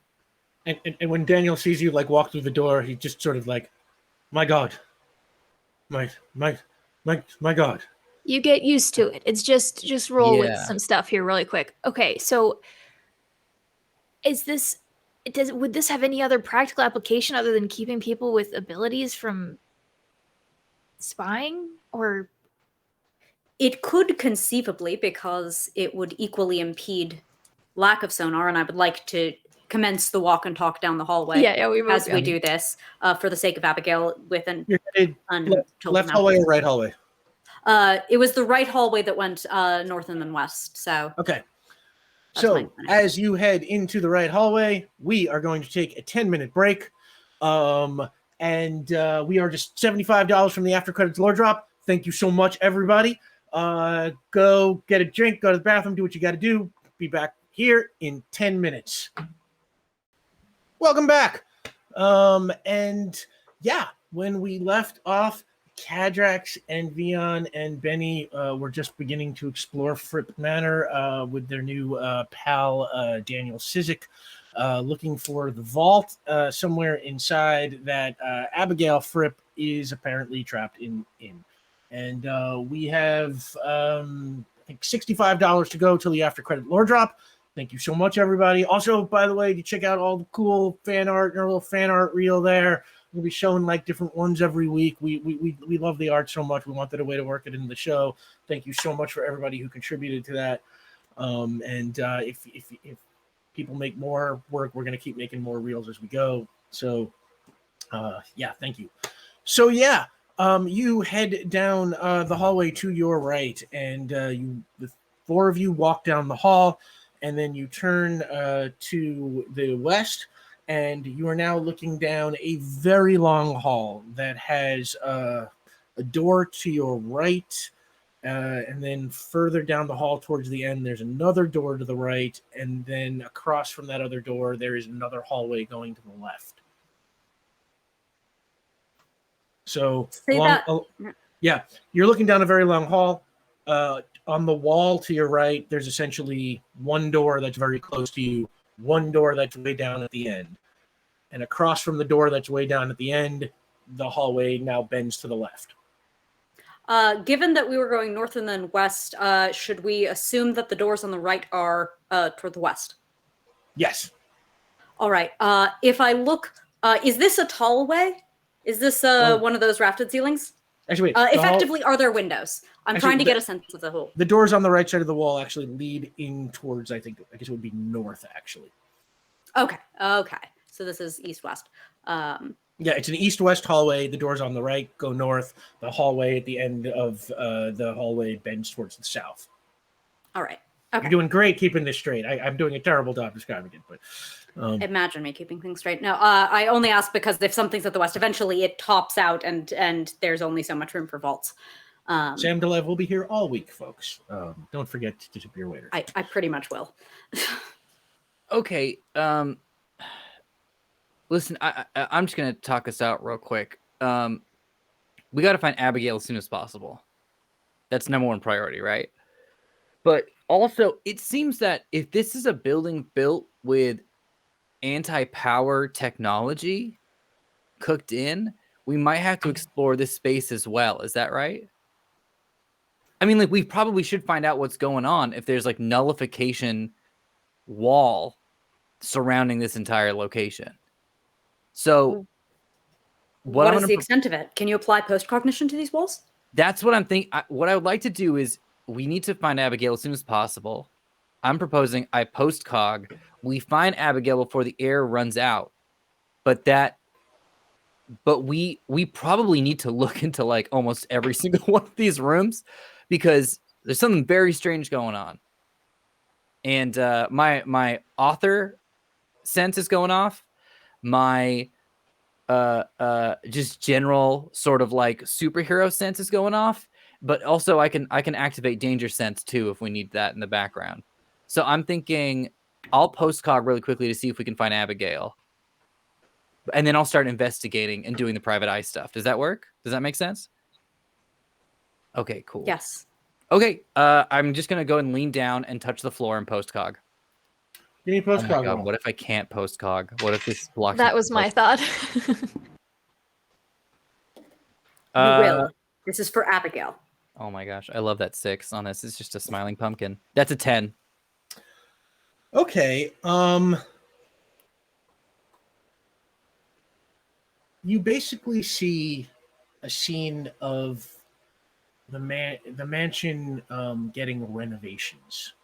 And you see a man in a sharp suit, played by Scott Bakula, and he is standing with a construction guy in a hard hat, and the construction guy is like, "Yeah, okay, so just like you said, we're putting the anachronic tiles and everything," and the guy looks like Bakula says, "Not anachronic, anechoic," and then it ends.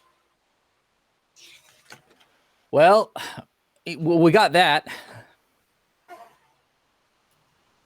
When we looked at this, because I suspect you broadcasted Vian. I broadcasted, definitely broadcasted it.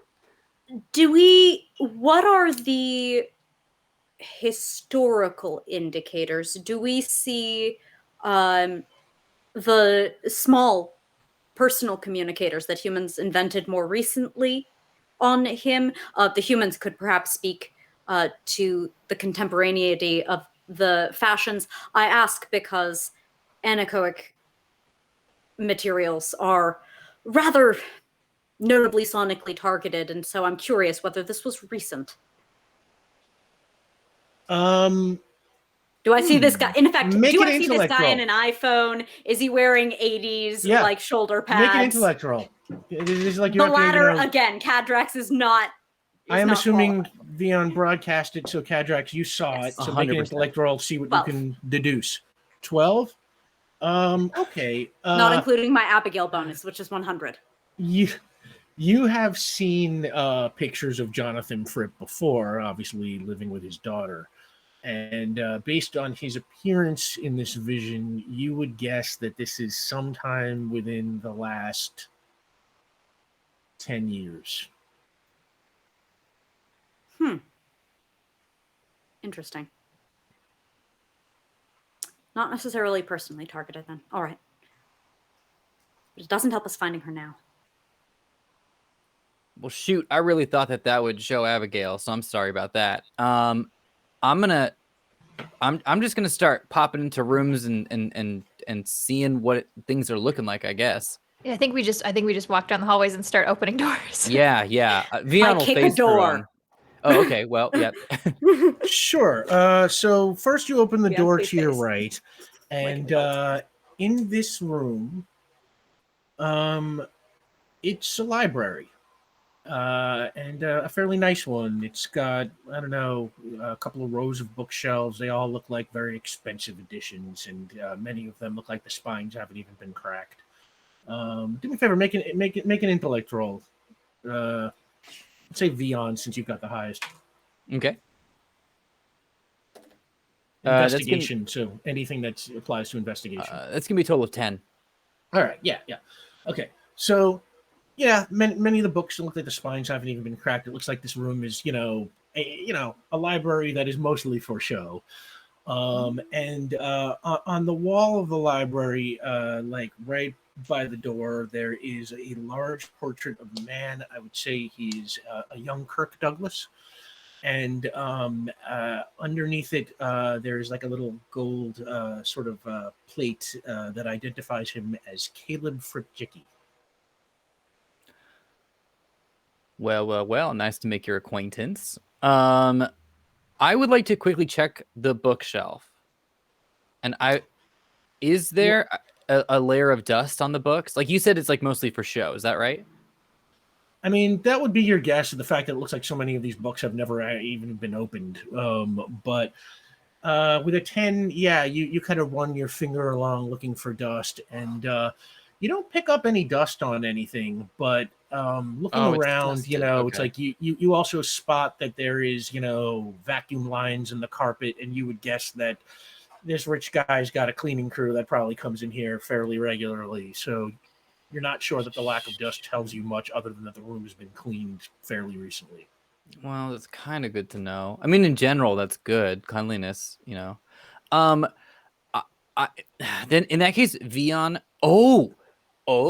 Okay. Vian is gonna phase and run his hand through the books. Okay.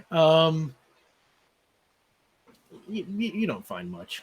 Okay. Well, I mean, That you was don't find anything. Excellent secret door check. That Thank was you. Yeah. absolutely top tier, and Sam is just absolutely fandorking out.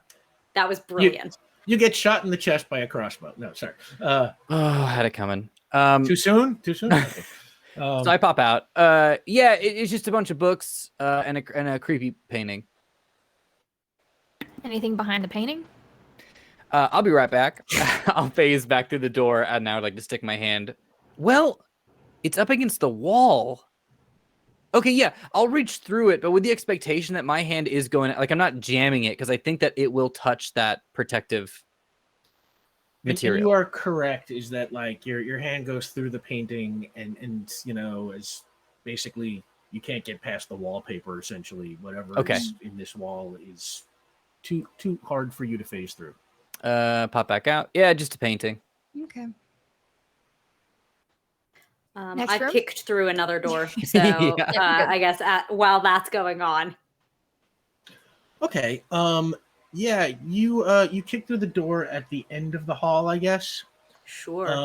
And this room is it's a music room. It's got like a piano and a couple of instruments leaning up against the wall. Looks like it's got like a really old cool record player, one of those old phonographs with the big, the big cone thing, and it just it's got like a record collection in it, pictures of jazz musicians on the wall, classical musicians. Bennie will poke a couple of random keys as she walks past the piano. Yeah, and just a couple of notes sound, and you hear them echo throughout the hallways. They echo? Aren't they supposed to not echo in the... Quite precisely, yes.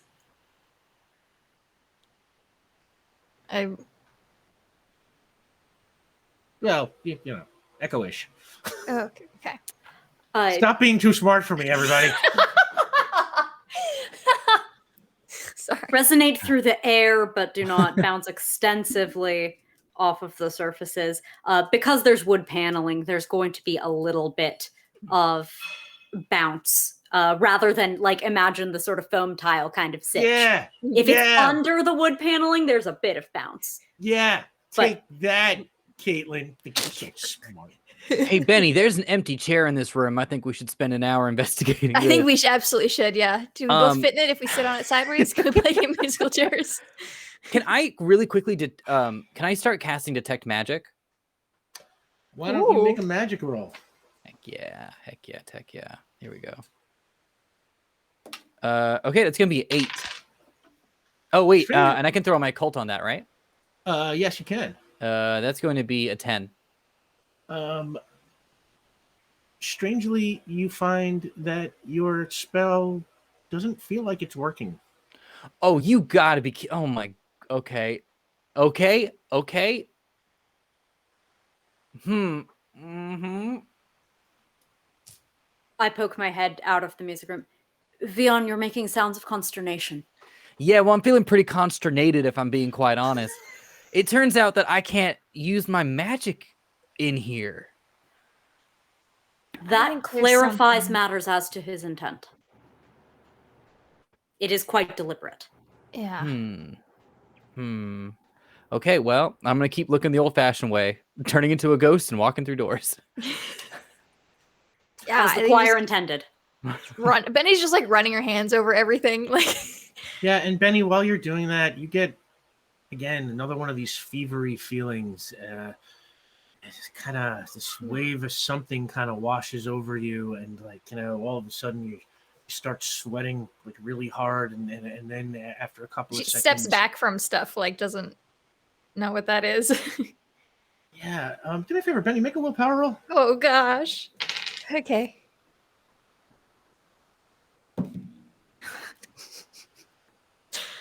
I rolled a 1, so 7. Do I get to add like power to it at all, or is this just like? I just want to see what your willpower's at right now. It's a 7. 7. While you start sweating a little bit, you hear Daniel is just like, "Oh my God, fire! You're on fire!" And he starts kind of hitting your shoulder, and then quickly it's like the she would jump away. She wouldn't let him. She would jump away. She wouldn't want him to touch it. Yeah, and in a second the fire's kind of gone. You pull yourself under control real fast. Okay. Did I leave scorch marks on the carpet, or was it just an upper body thing? No, it's just a little bit up, on the upper body. You can see that your clothes are a tiny bit singed, and in fact, Benny, I'll give you a point of determination, as we call that, fire closest kept, and you and Daniel is sort of just like, what? It happens sometimes. You'll get used to it. It's fine. I told you, it's fine. You catch fire. Yeah, don't mention it. Did you see anything? Remarkable. No. It's fine. It's good. We're good. I'm good. Benny? Mm-hmm. Are you feeling well?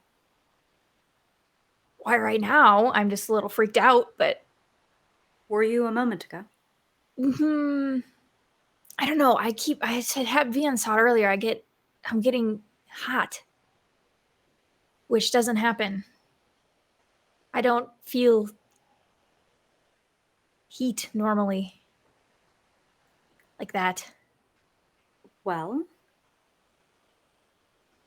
getting sick in some way unique to you.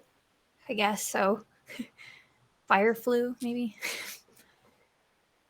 I'm good now, I think. All right. But that's happened twice now, so I don't know if it's here. May I make a brief physical exam before we move on? Yeah, go for it. And she'll just kind of like holds her hands out and then like puts them down and like, wait, I don't know what you need from me. Kadrax, give me an intellect roll, and any medical bonuses apply. Yeah. Then that is a 10. We roll 10s here. That is the number of our rolling. 10s for friends. 10s for friends. Wow. Right so. What are the odds? So 16 you don't. 7 each roll. Yeah, I mean, you can pick up that Benny is, kind of sweating profusely, but otherwise, nothing seems. Do I see any change to the pallor? Does she look febrile?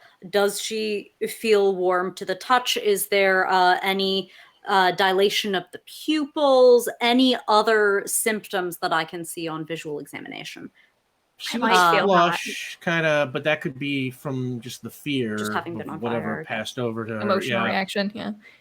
Pupils seem fine. You Do detect, I feel hot? Yeah, I probably you do detect maybe what in a normal person you would immediately identify as a fever, but in Bennie you are not entirely sure what it. I mean, I could did be. do the one exam that gave me a baseline before. true. Where is she relative to that? Probably like a tiny bit warmer. Okay. Any lymph node enlargement or anything that might indicate that she is either Bennie sick or just Muggle sick? Nothing like that. No, you Right. don't quite have enough to form a hypothesis yet. Understood. I don't see anything incredibly worrying at the moment. Okay, that's So good. we'll move on. Big day. Probably. It's fine. And at worst, burning down this establishment would be a very quick way to find a vault. That's true. I will try to avoid that, however, but I'll keep it in Either mind. case is acceptable to save Abigail. Let us move on. All right. I poke my head out from the door. Yeah. You will never guess what I found in this room. What? What did I see in the room, Rick? Which room? Just like whatever, like next one from the piano room. Yeah. If you go down this next hallway that is across from the piano room, there are 4 doors on each side of the wall, and as you poked your head, let's say into each one of them, you determined that each one of them is a guest bedroom. These rooms are completely boring.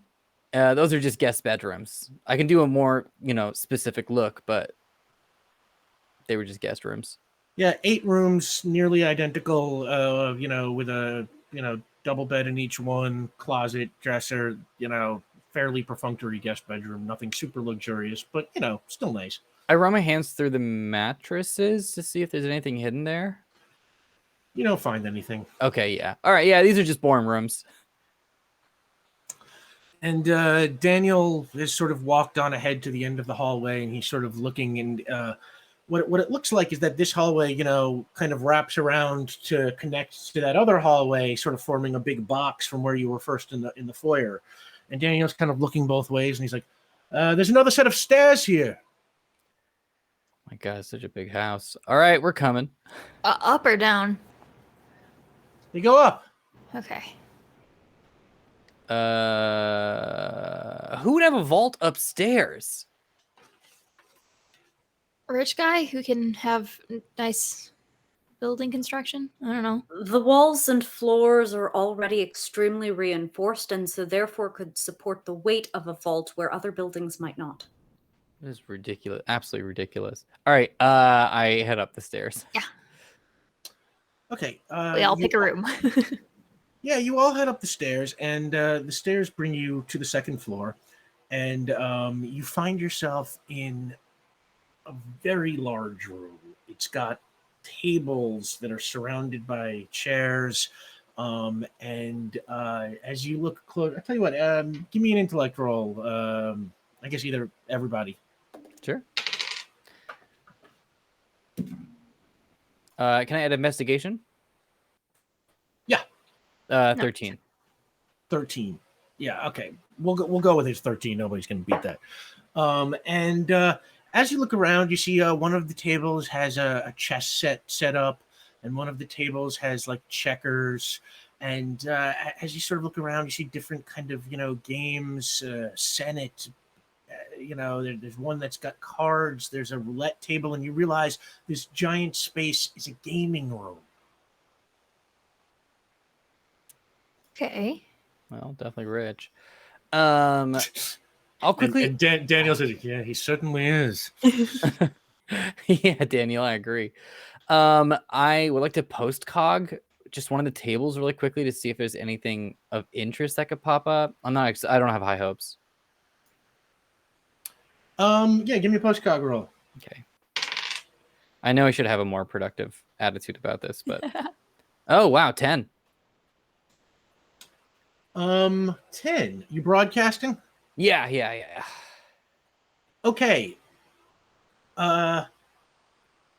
You flash, and you see the same room, sitting at the table with the chess set. There is a man. I would say he's played by Eddie Doty, and Kadrax. You immediately recognize him as your old trainer and friend Dexter Val, and he's just kind of fumbling with the pieces of the chess set, kind of like playing with them, moving them back and forth, and he looks kind of bored. And then the vision ends. All right, well, that was just some guy, so. What was he doing here?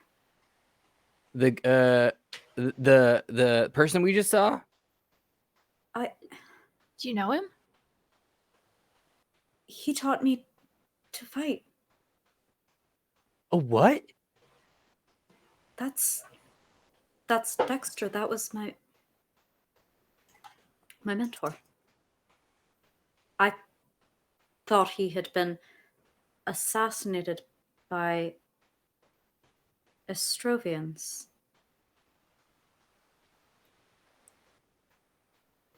Ping! I mean, honestly, at this point, I'm giving it a little bit of a seismic kick because there's only so much. Like, I'm not doing the thing again. I'm not doing the thing again. But at a certain, they're only going to absorb so much vibration, and I kind of want to know where that threshold is. And give me a ping roll. You know what? Actually, I uphold my oath. I need more. Just more ping. I am intensifying the ping. Are you spending a point of determination? Yes. Okay. That brings you down to 0. One way mine? Did I miss something last episode? I thought you had 2 and then spent 1 last episode. I'll if you say it, I'll believe you. I'll check that math later. That's fine. I'll get myself into trouble. The important thing is ping. So what is the final total? 12. 12. You kind of your ping rocks this floorway, and the whole house kind of shakes a tiny bit, and Daniel just kind of grabs onto one of the tables, and it's another earthquake. And you adjoining the game room towards the other end of the hall. I mean, the game room kind of stretches far across this floor. It looks like it's set up for a large number of people to come and play. And then sort of past it, there's a hallway, and then that hallway has a locked door on the other side of it. And you kind of, your ping seems to not exactly penetrate, but because you put so much into this one, you get like a little bit of a shadowy impression of what's on the other side of that door that you're kind of facing towards right now.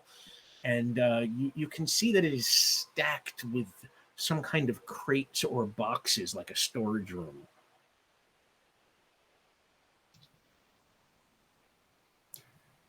There are crates at the end of the hallway, but I know not much more. It is certainly not a fault. You want me to go check it out?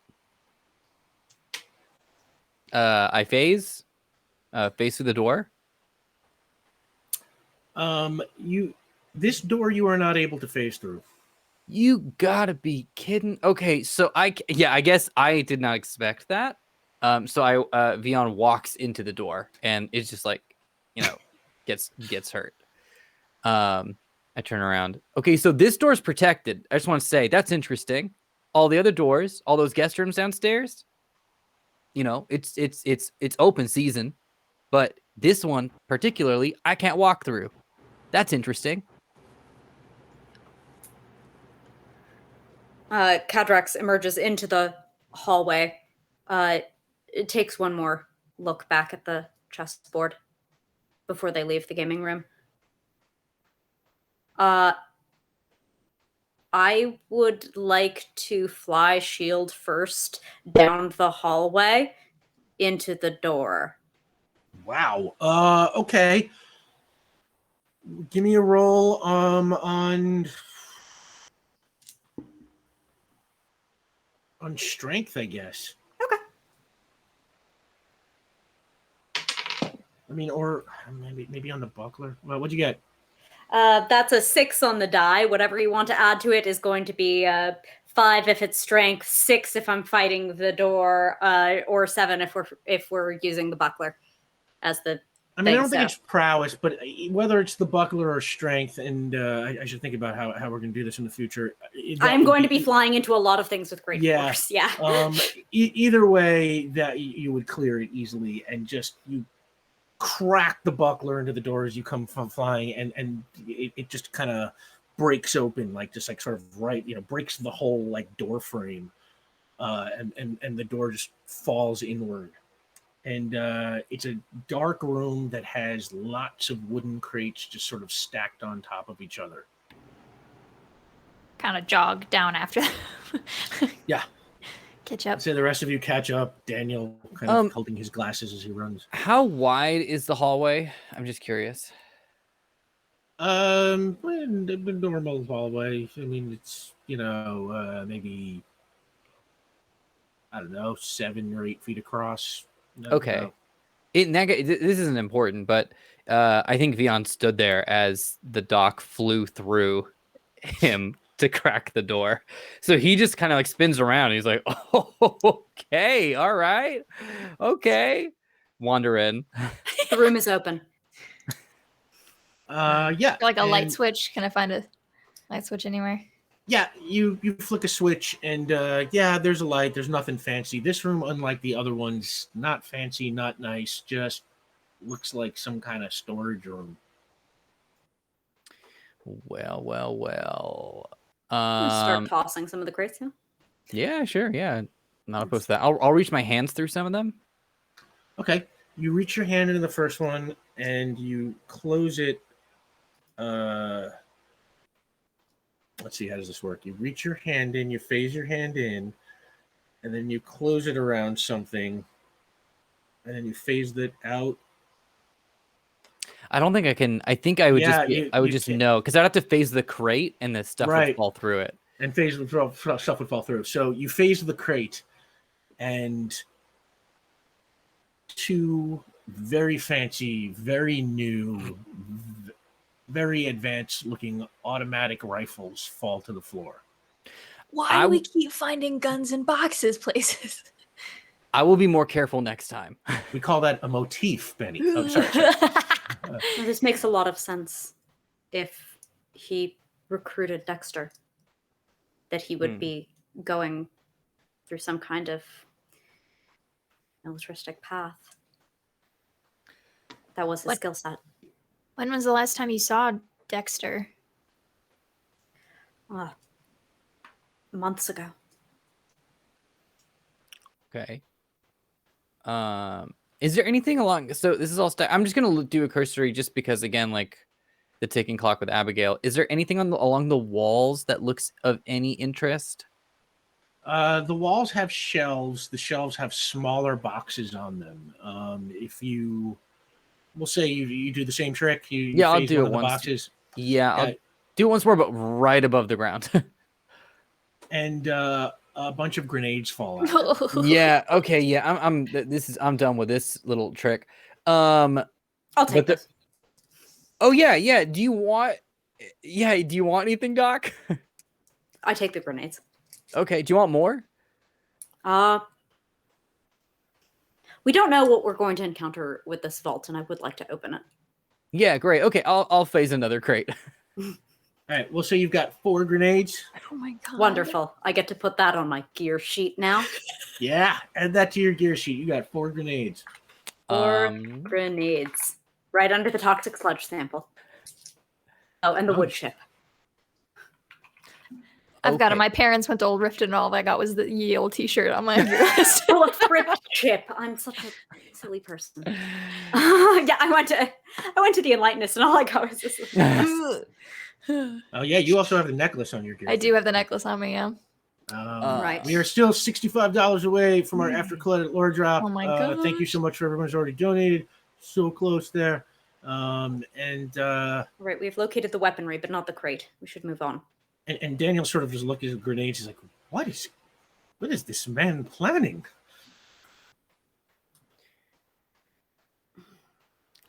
We fought a giant today, so Yeah, I mean, you hope it's Anything goes. protectionary, but I don't know. Or For the precautionary. giant. Is that a metaphor or an No. actual giant?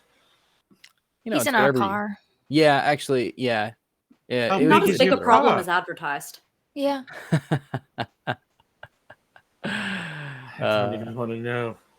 Takes his handkerchief and like blots the sweat. And By the puts way, it if back. this ever does get too much for you, let us know. Like, it's fun for us because we kind of done it for a little while. But if you ever like this is legit too much, and you just want to like kind of sit out a little bit, maybe play some chess against yourself or something for a while, Yeah. feel free to take a break. This isn't for everyone.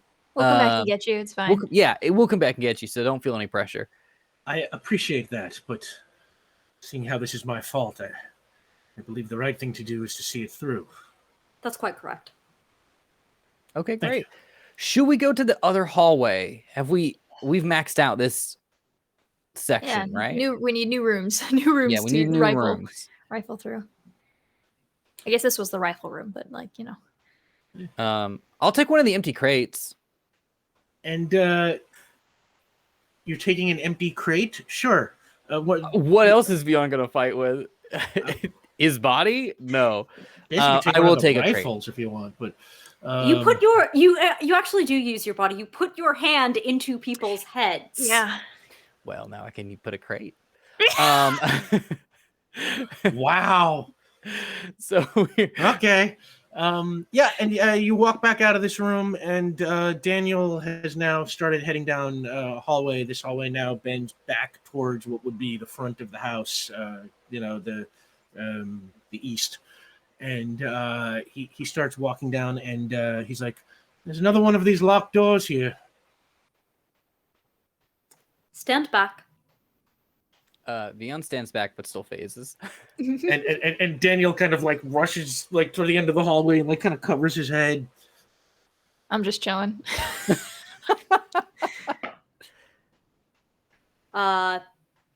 Either an 8 or a 9, depending on how we Let's were talking. say you're rolling on the buckler. Okay, then now. a 9, yeah. All right, that's enough. You break the door off the hinges. It doesn't quite fall all the way like it did last time. It more just kind of like hangs open now. You look inside. It is dark. Daniel kind of pokes his head in and feels for a light switch and turns it on. And it's another library. This one is smaller. No way. Maybe No the way. books seem used. Yeah, how do the books Give me an investigation roll. Oh, look? just do all of us or just? Yeah, you might as well all give me. Oh gosh. Oh yay. Okay. 11. 10. Okay. 9. No, sorry. Sure. 9, not 10. I got excited. Okay. That's a lot. So you start looking around, and so does Daniel. And the first thing you notice, Vian, all the books in this room seem in one way or another to be about a country of Astrovia. And some of the weirder ones you show to Daniel, and he confirms for you that they are about people from Astrovia, events from Astrovian history. Bennie, you walk sort of through the rows of books, and you look up at the wall, and there is a portrait. It looks extremely old, and it shows a figure who looks like some kind of royalty, a king, posing next to a queen, with 3 young princes to one side of them and 3 young princesses to another side of them, all kind of children's age. Do I recognize any of the kids from a You vision? don't recognize any of them. Okay. But Daniel kind of comes up behind you and he says, it's the Tyrannans. They were the ruling family of Ostrovia long ago at the turn of the last millennium, 11th century. And he kind of reaches out and kind of touches it, and he's just, this painting once hung in Castle Tyrannin. It's a lost work of art. The Nazis stole it. We thought. So either Fripp has some black market art deals, or I don't know, something more sinister. I hesitate to speculate. Now, Kadrax, you're walking around, and in the corner, there's a little stack of books, and next to the stack of books, there is a parchment that looks like it has been torn out of something. And on the parchment is a drawing, like a sketch of a man, his face. If I had to, I would say he looks like Christopher Lee. And across the bottom of it, somebody has written in what looks like modern handwriting and blue ink, Matthias Valk, Mattias Valk.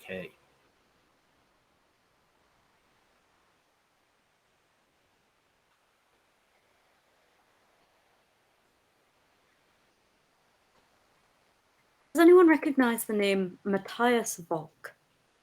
And Daniel kind of spins around. Valk? And he kind of walks over to you and looks at the picture and is like, huh. Remarkable.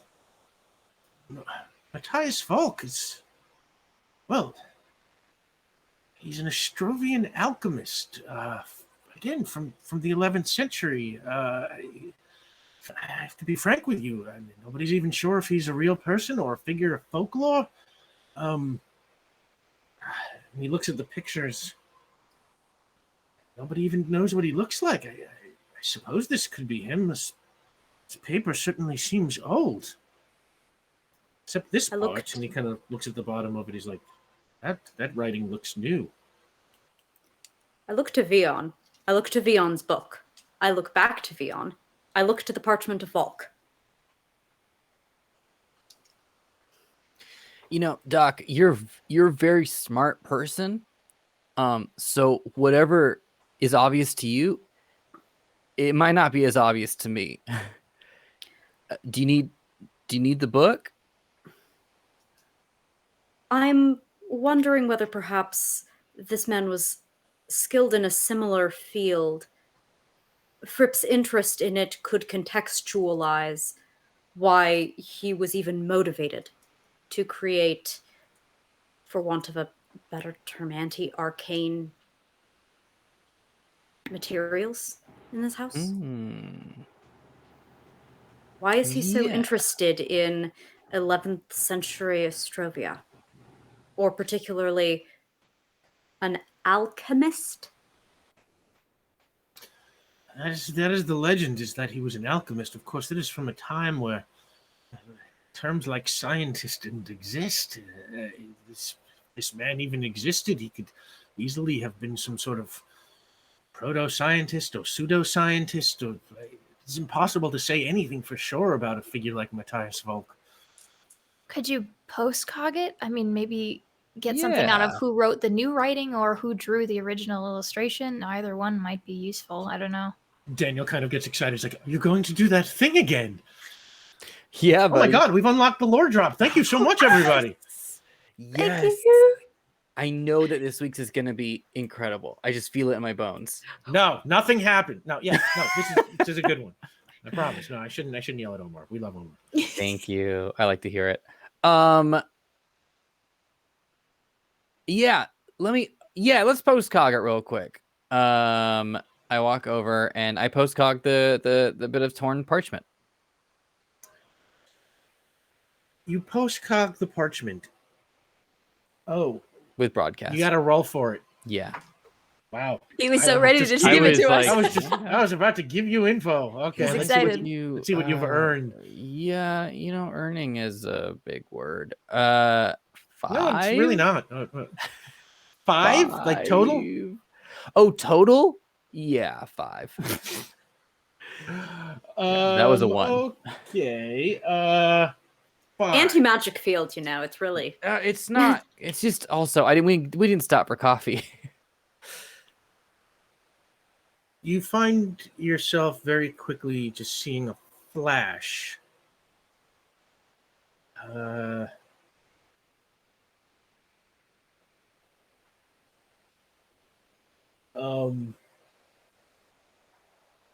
Of a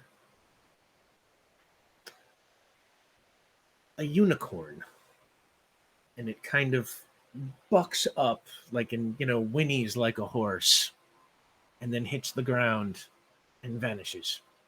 All right, I turn to Daniel. All right, listen. Sometimes that might have not. No, was that a unicorn? Yeah. Listen. This has been quite a day. I must say, remarkable. I don't know if this one you can put in the pile of maybe not true. You are entitled, I believe, to make a determined effort to try again when you fail. That's up to you, right? Yeah, we've got a point of determination. Now, you might be entitled to do it. We haven't done this in so long. Let me just check here.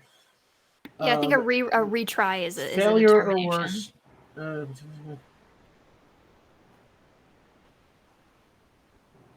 Marginal success gives you the right to try again. This was a failure, so you will have to spend determination if you want to try again.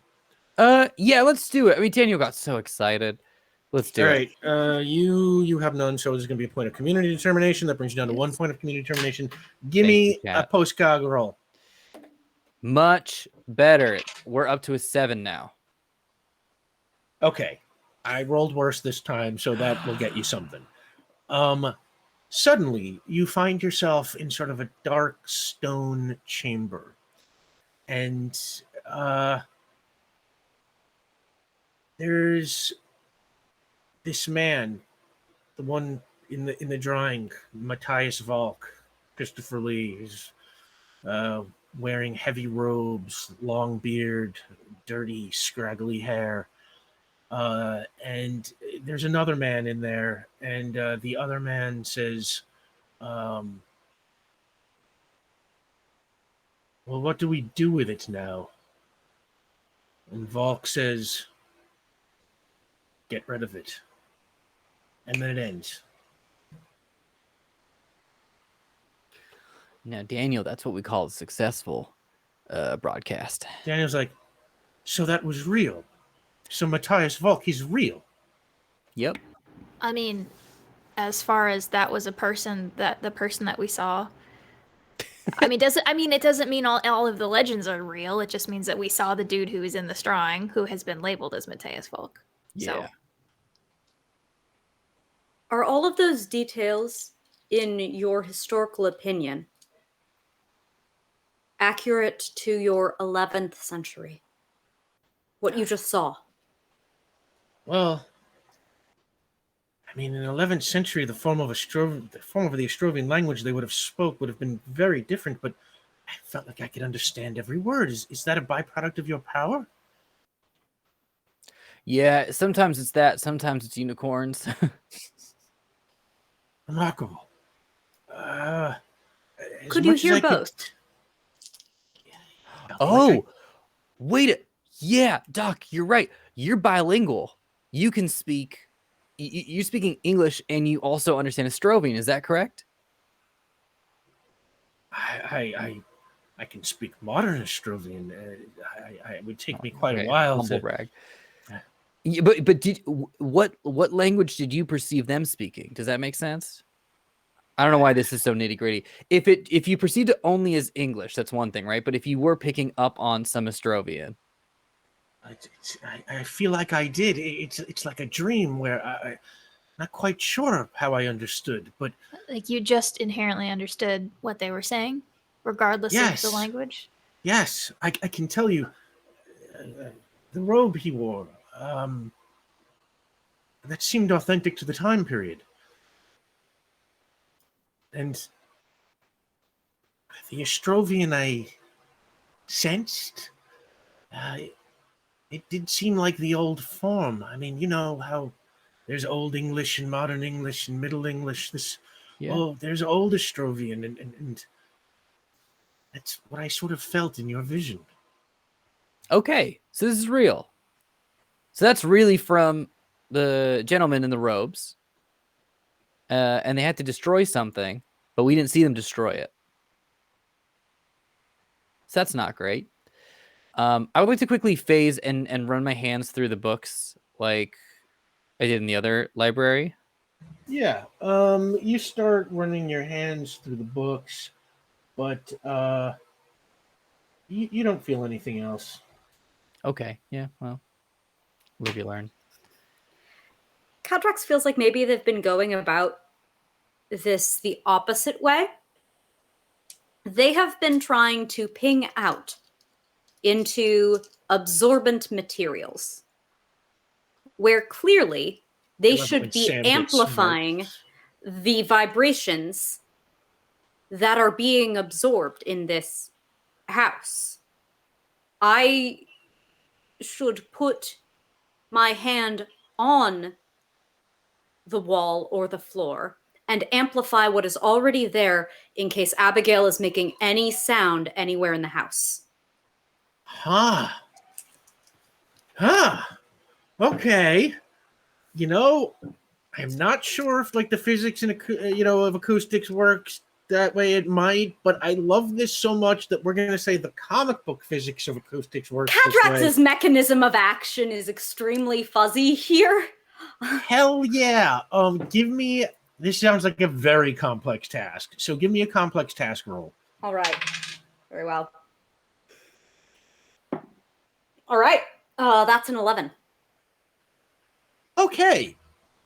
That's a major success. Good die. You care about And Abigail. say, Kadrax, you put your hand on the floor, the wall, something like that, and you start trying to amplify anything that might just be running throughout the tiles, vibrations, Abigail. and you feel a bump, like a bump, and a bump, and another bump, and you get the feeling that they're coming from somewhere above you. Up. Up. She's up. I move, try to find some more stairs. Yeah, you walk out and you find yourself in a hallway that leads back into the game room. And there are 1, 2, 3, 4, 5, 6 doors in the game room. I start throwing them open. Just Yeah, I'll tell you what. I'm gonna make you roll. Yeah, you And throw I'll them phase open. them, yeah. Okay, you phase through. There are 4 more. 4 of those doors are just more of those guest bedrooms. Okay. And one of those doors opens up onto that landing that you saw from the foyer, where there was 2 stairways in the foyer. And this one has, at the end of the landing, a spiral staircase, a narrow one that goes up. All right. I think we go. Yeah, let's do it. Fly. And what'd you say?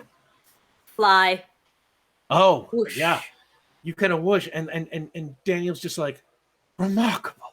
And he sort of just goes running behind you, and you zip up the stairs. And as you come up in this, in this space where to your right, you see what looks like an observatory. There is a gigantic telescope, like massive. Yes. And the telescope, tell you what, as the rest of you come up the landing, give me an investigation roll. I would love to. 6. 6. 6 on the die plus 6, so 12. 12. 12. Okay. You, detective, kind of look at it, and what seems a little bit strange to you, as you notice, is that it's not pointed at the sky, it's pointed at the ground. Our good friend Ulez, I think at this point, would turn to us and ask something like, should that not be looking at up? And I would completely agree with Ulez. That absolutely should the whole it's like a big telescope, right? Like we're in like an observatory. Oh yeah, it's a big telescope. Yeah, I mean, like, not like quite like planetarium big, but like not like the kind of thing some regular person would have on their balcony. This is kind of like, this is a serious piece of scientific equipment. Okay, I'm gonna base this Vian's knowledge off of my own. And growing up in my hometown on the hill, there is an observatory which we used to go to all the time. So I think that Vian would have a good sense that like that would really actually mess with the instrumentation.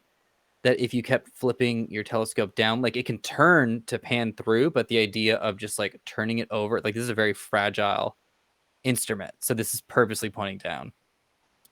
I think I would like to post cog the telescope. Okay. Give me a postcog roll. Meanwhile, Kadrax, you see Kadrax, Bennie, Daniel looking around. You kind of see on the other side of this landing there is like a botanical garden, like indoors. Really nice, lush, well kept, just really beautiful. I take a picture immediately. You can put that picture in your inventory. I will. Ulez will appreciate this later. Oh, I love Ulez. Miss Ulez. Exactly. We miss you, B. Have fun camping. We just got them back and now they're gone. But thereafter, vaults aren't kept in plants. What'd you get on your postcog? 6. 6. I'll say I'm not broadcasting this one. There's something about this telescope that Vian is just like interested in. So I just go up and I post cog. Okay, for 6. Yeah, I know. You get a flash of Jonathan Fripp standing there with a man in scientist-looking guy, and Fripp says, "And the lens," and the scientist says, "It's ready," and it ends. Okay. Is there a platform up above where the viewfinder is? Yeah, like in the center of the room, there's sort of like 3 stairs that kind of lead up to a very narrow, short platform. So okay, I'm gonna head up and I'm gonna look essentially through the telescope. You just see black, like the lens cap's on or something. Not a fan of that. Can I run down and check the lens itself? The lens hangs over the side of the building, so unless somebody's flying out there to check. Hey, Doc. I will lean backward while in the botanical garden until I'm off my feet and then fly backward toward him, like sort of backstroke in effect. So cool. Daniel's just, I'll never get used to this. And yeah, you come on back. Yes. We need to see what's at the end of this telescope. Does the window open easily, Rick? There's not really a window. There's more like kind of a slot in the wall that the telescope is kind of, spilt through. It looks like there's possibly some way to like recess it and close the slot or something, but right now it is just out. Was there a window in the botanical garden? Plants like sunlight. There is. It has a glass ceiling. Well, I've been well educated in what one does about such things. I feel like Vian is turning to the doc to ask if they want to phase, but if the doc is going to do something, we might not even get the end of that question. Is my instinct. Doc, you just go ahead and I mean, that's my first instinct. So really, like, I'm happy to roll initiative on it, Vian. But otherwise, I'm smashing the glass ceiling Yeah. as So I turn. So do you want to? Oh, yep. With your Plasium buckler, I'm not even going to make you roll on glass. So yeah, you smash right through, and a couple of shards of glass fall down, and fly out, and see that there is some kind of metal sheathing over this lens. It looks like probably there's some way to retract it and take this off, but right now it is capped. Is it something manual that I would fix from out here, or is this? I know on Coral equipment, I would expect it to be all from a computer, the same motor that controls the. Make an investigation motion roll.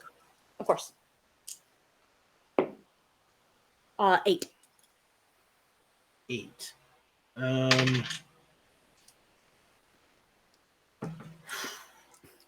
You kind of feel around and you look at it and you get the sense that there's some sort of mechanical control that maybe like the you ever see those camera lenses that kind of like when you close them they kind of like swoop shut like that. I believe they're called telescoping. Yes. Yeah, there you go. Aperture. Right. Yes, thank you. Caitlin, Bennie, whoever you are. Oh my God, too many names. Sound like my mom.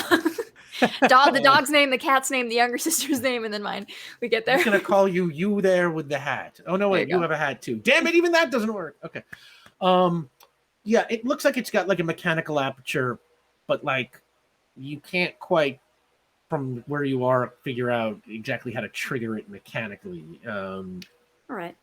Before I fly back in, I can see the angle at which at which the telescope is currently pointing, which is outward from the building of my sonar vexation. Ping. So you're trying to... I'm trying to ping where it is currently pointed to see if it's pointed at something, to some kind of point. Okay, give me a ping roll. 12. It just basically, your ping works, outside. It basically just looks like it's looking out over the lawn beside the house and then kind of over the water beyond that. All right. So not like that kind of angle. Like that kind of thing. Yeah. Okay. Kind of like not like directly down, but like kind of, towards the ground. Across the water? Is this on the western side of the house? Like, is he pointing this toward, we have instantiated New Jersey, have we not? Yes, kind of in the direction of New Jersey. Well, then I know it is to no particular point. No, there's nothing to see there. Sorry, we love people of New Jersey. I've had a very good time there. I liked it. Yeah, I spent 24 hours there. I haven't even spent that. I will fly back in through the ceiling, hover for a moment near Bennie, apologize if I inadvertently rained glass near you. I acted impulsively and I apologize. I hope you are all right. Oh, I'm good. No, we're good. Good. And then I proceed to fly to Vian and tell him Welcome back, Doc. what I observed. Okay. Well. Thought. Yeah. Sorry, you finished. No. You go ahead, please. So hypothetically, I work with things with lenses. Can I figure out where the mechanism to allow us to see through this would be? Make an intellect roll and apply your bonus of filmmaking. What do we call it? Can't turn off the camera. Can't turn off the camera. That's a quality. Oh, that's a quality, right? Filmmaking is my specialty. Said Jello brain today. Filmmaking is your. Okay, you said intellect. Intellect. Intellect. Okay. Come on, coffee dye, work with me here. Not great.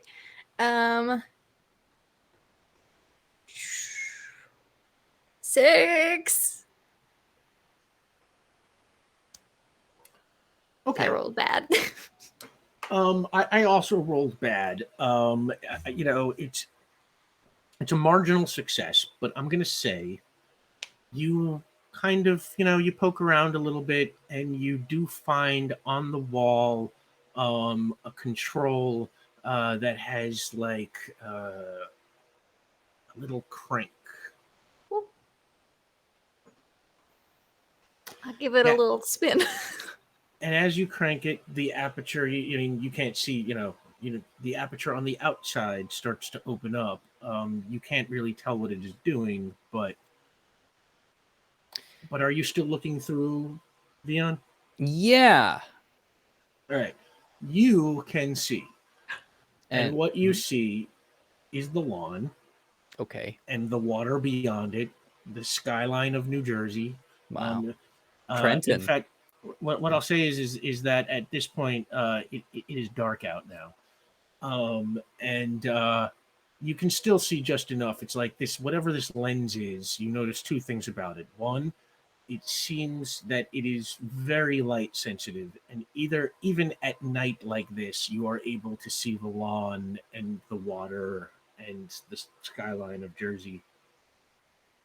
And everything, the other thing you notice is everything is green. Like, it's like infrared, but infra green. Like Whatever. night vision looking, kind of? Yeah, kind of. Yeah, like night vision-y. Ish. Night vision-ish, let's call it. The technical term, I believe, ish. Yeah, all right. I've got a few theories kicking around, but I guess let's find Abigail first. Yep, I'm leaving them to that while I continue to search for the fault. Yeah, and I'm gonna say your roll from before still applies, and you can still feel this banging, this bumping, whatever it is. And you follow it. There is here the observatory, which is on the north side of the building. There's a botanical garden, which was towards the south of that. There's a hallway going up between them, and you that's the only way to go from here. You walk, fly that way, and you go around a corner to the south, and Daniel follows you from a good distance behind. And that leads to a hallway that has a big set of double doors at the end of it. These doors are glass, and they are not locked. I assume you just push your way through. Yes, I will not impose undue violence. Okay. Especially after I just very thoughtlessly spread glass where Bennie could get hurt. There is a conference room in here. Table, chairs, very corporate-y looking. And on the other side of the conference room, to the south, there is another set of glass doors that you can see through. And give me an investigation roll. Meanwhile, Bennie, back in the observatory, you burst into flames, and Daniel's not there to see it. Good. I back away from walls and things. I don't want to touch anything. I don't want to. Do me a favor. Make give me a willpower roll on your fire. Actually, no. Give me a fire control roll. Okay. Oh, okay. God, I keep rolling ones. 5. 5. Okay. You are able to get your flames under control, but you leave a huge singe mark on the floor. Kadrax, what'd you get on your roll? 7. Okay. You look through those glass doors and you can see a very large, beautiful wooden desk.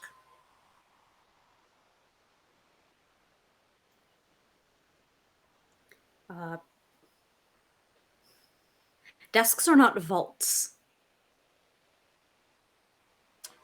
And Daniel's... Can you still feel the bumping? I kneel down and put my hand to the floor and whisper to the floor, Abigail, Yeah, and it is stronger than ever. Wherever it's coming from, you are close by. See, a human might know to like look for buttons on a desk. That isn't like that's a thing that wouldn't occur to Kadrax, unfortunately. I think the way they're looking at it is what is large enough to have an Abigail-sized vault. Like, or where is there space in between rooms that isn't accounted for? Can I have joined Kadrax at this Yeah, point? Because I was absolutely. also focused on Abigail. Culture savvy. I was gonna absolutely. say that kind of sounds like not from around here, but I don't know if Rick will give you. You know what? You're actually completely right. And Hey, you Yeah, know you're what? right. You're right, actually. Yeah, okay, you can have that. Not from Thank around you. here. That is correct.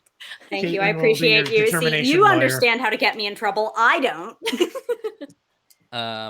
All right, so I approach Kadrax. Hey Doc, what's up? This is a desk. It is not a vault. Oh yeah, behind those doors? Yes. Well, I can go check it out if you want. I move toward the door and hold it open for him and say it's not a vault. Okay, because so the door did open, Rick? Yeah. Okay. I laugh. I thought it was gonna be like a glamour spell or something, or the fake glass or something like that. It's something that that I would put into a thing. And I walk in, and it's just the desk in the room. No, it's actually a pretty snazzy office. Bookcases, some couple of filing cabinets, big, gorgeous, rug in the center of the floor. Looks like, again, rich man's rug. I throw the crate in towards the rug just to check for traps. Nothing happens. Okay. I walk in. Well, where there's a desk, there's a way. I'll postcog the desk really quickly. Oh, give me a postcog roll. Come on, please. Please be kind to me. 6. With a 6, you get an image of a bear walking through the office and Okay, yeah. going, "Roar." That's my bear impression. Yeah. I'll be here all week. Okay, all right, there we go. I'm just gonna pull on the rug. You pull on the rug and it kind of seems like it's stuck to the floor. Yeah, okay, so just real quick, Doc, there's like a handful of ways that these things usually turn out. I thought that maybe there would be sort of like a secret little latch or something underneath the desk. Turned out not to be the case. So yeah, I think that this rug is covering the little space, the door or something.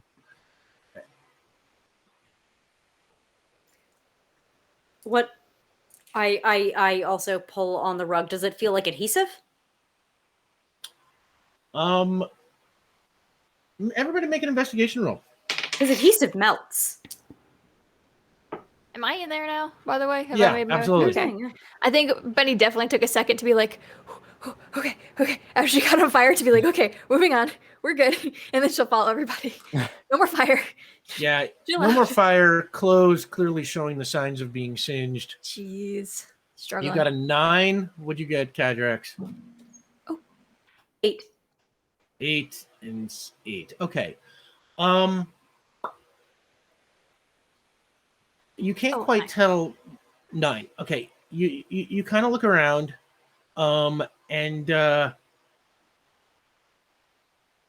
Oh, I'm sorry, It 10. does- Sorry, investigation +1, 10. 10. Yeah. Oh, Sorry, I forgot. okay.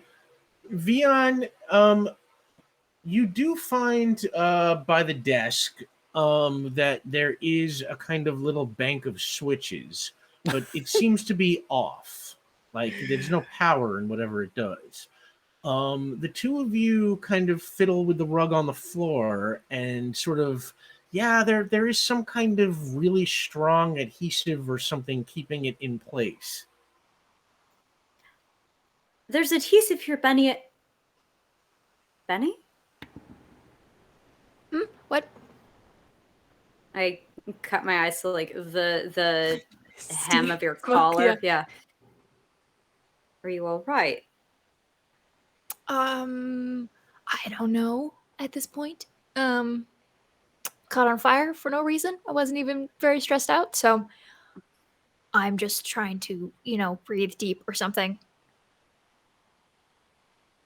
What were you asking?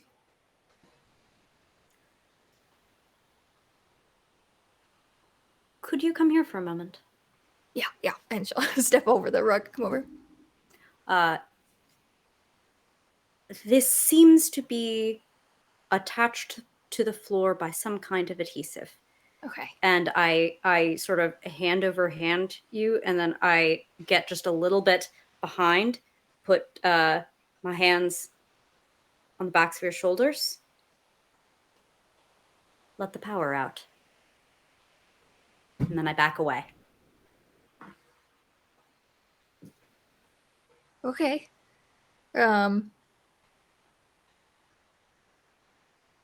What does it take to do a stunt on something that I don't have? Is it a determination? Yeah, you got to spend a point of determination, and then roll successfully. Okay.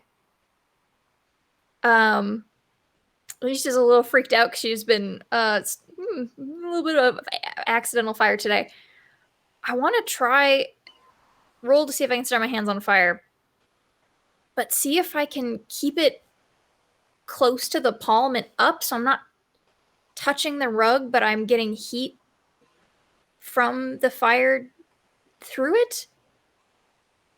You know what I'm saying? I'm not sure. Like if I'm flaming from the top of the hand, the bottom of my hand, you think is gonna get hot, and I can push my hot hands to the rug to melt the adhesive. Oh, yeah, okay. Give it a shot. Okay, I gotta see if I can start on fire first. While this is happening, I would like to extend my hand to Daniel to ghost him. And he grabs, he's kind of petrified. Okay, I do start on fire, first of all. Okay.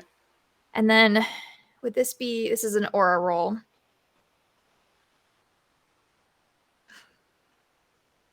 We're stressed today, folks. 7.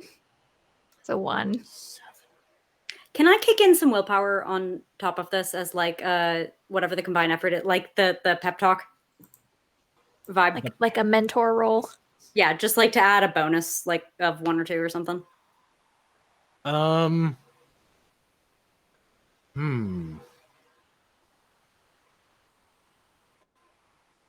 think you need leadership or something to do that. I think that pops determination. I'm just looking for the combined effort rule, basically. Combined effort roll. Yeah, no, I think the combined effort roll is you both have to be doing the same thing. Is how it works. Okay, that's fine. What you can do, you do have a point of community determination. If you I don't think we do anymore. We had 2 at the start, and we had used 2 at the start. You're right.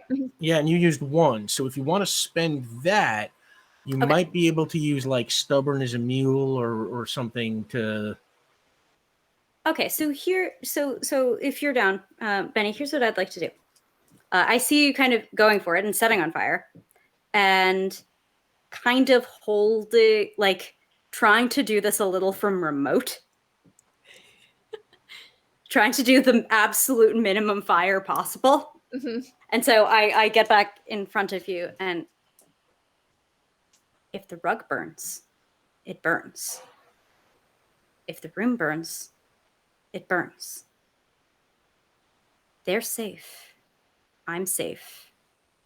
And we're saving Abigail. You don't have to worry if you burn too hot. It's okay. Now is when it is okay. Let the power out. Okay. What am I doing? Try it again? Or trying something else? Full body? I don't know what I'm doing.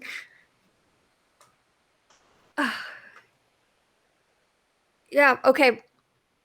She's just gonna full aura and just press her hands into the carpet. Go for it. I think I just do that. Oh, yeah, because your aura's already on, right? Uh-huh. and the rug just lights on fire, and you burn super hot. And I am going to say, Benny, take a point of determination because you really let the power out, like Kadrax said, and the fire that's closest kept burns you full on Human Torch. You just erupt into flames, and they fly further from you than ever. It's like fire shooting out around the room. And as the rug burns away, you are seeing a long sheet of steel. Did you know? I think that I'm correct on this. Give me 1 second. That steel doesn't need to melt entirely to lose its strength. At 50% of the melting temperature, it loses 90% of structural integrity. You know what? Do you know that? Because I know that. And the Because melting you point are of steel is very low relative to even the outer core of a candle. because you are freaking brilliant, and I made it steel to stop Omar from phasing through it, and you happen to know this.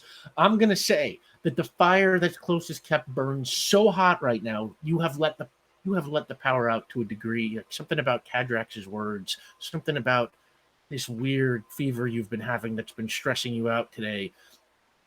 You erupt. Can I and press my fingers into the metal?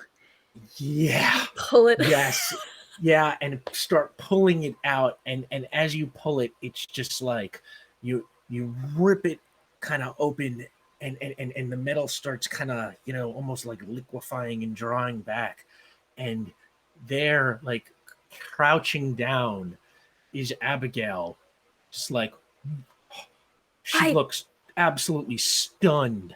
Benny's gonna kind of like step up and back, and kind of like, one, startled by herself, but two, there was already limited oxygen in there, and I don't want to prevent her from having air. So she kind of like steps back and goes, hi. She's gonna step a couple paces back. And as you do that, like Abigail, like eyes wide, she's like kind of coughing, but then like starts drawing air very deeply. And you can see it's like there's like a little staircase in there. It looks like basically somehow this panel was supposed to slide back, and it's sort of like a vault in the floor. And Abigail comes just like, rushing up the staircase and climbs, very carefully, through the hole that you just made, careful not to touch any of the molten metal. Let's say Daniel extends his hand to kind of help guide her out. And she's just like, what? How did you do that? With a little help from my friends. She kind of looks around and is like, Caden. And she rushes over to you and just like puts her arms around you and just like hugs you super tight. She's like, I was so scared. And I put my hand over her hair and I hold her very tightly, and neither of our feet are quite touching the floor. Aww. And while you're doing always that, protect you. Daniel runs down the stairs into the vault, and he reaches over onto like a little shelf, and he picks up this pink diamond that is cut into the shape of a tear, and he looks at it, and he comes back up the stairs, throws it on the ground. It's a fake. It's not even a diamond.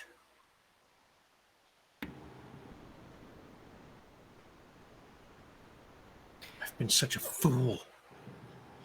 Well, that's all right. Don't beat yourself up about it. It's a He very good risked fake. Abigail's life. Oh, yeah. You know what? That's a good point. I forgot about that detail. Yeah, you should feel a little bit bad about that. I am most ashamed.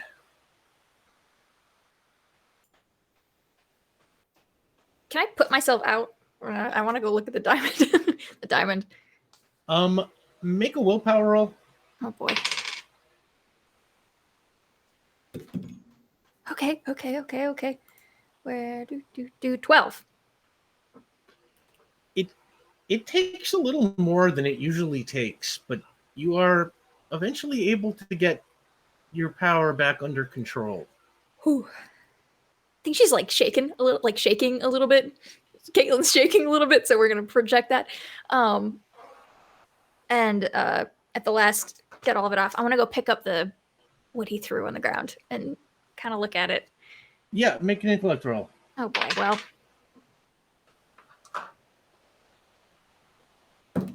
Oh, okay. 9. When Daniel threw it on the ground, a crack just ran through it.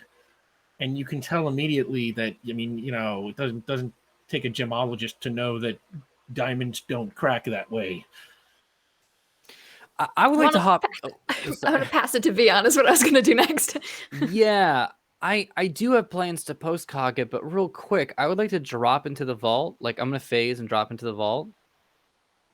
And yeah, I think Vian is talking to himself, and it's not in his affectation accent.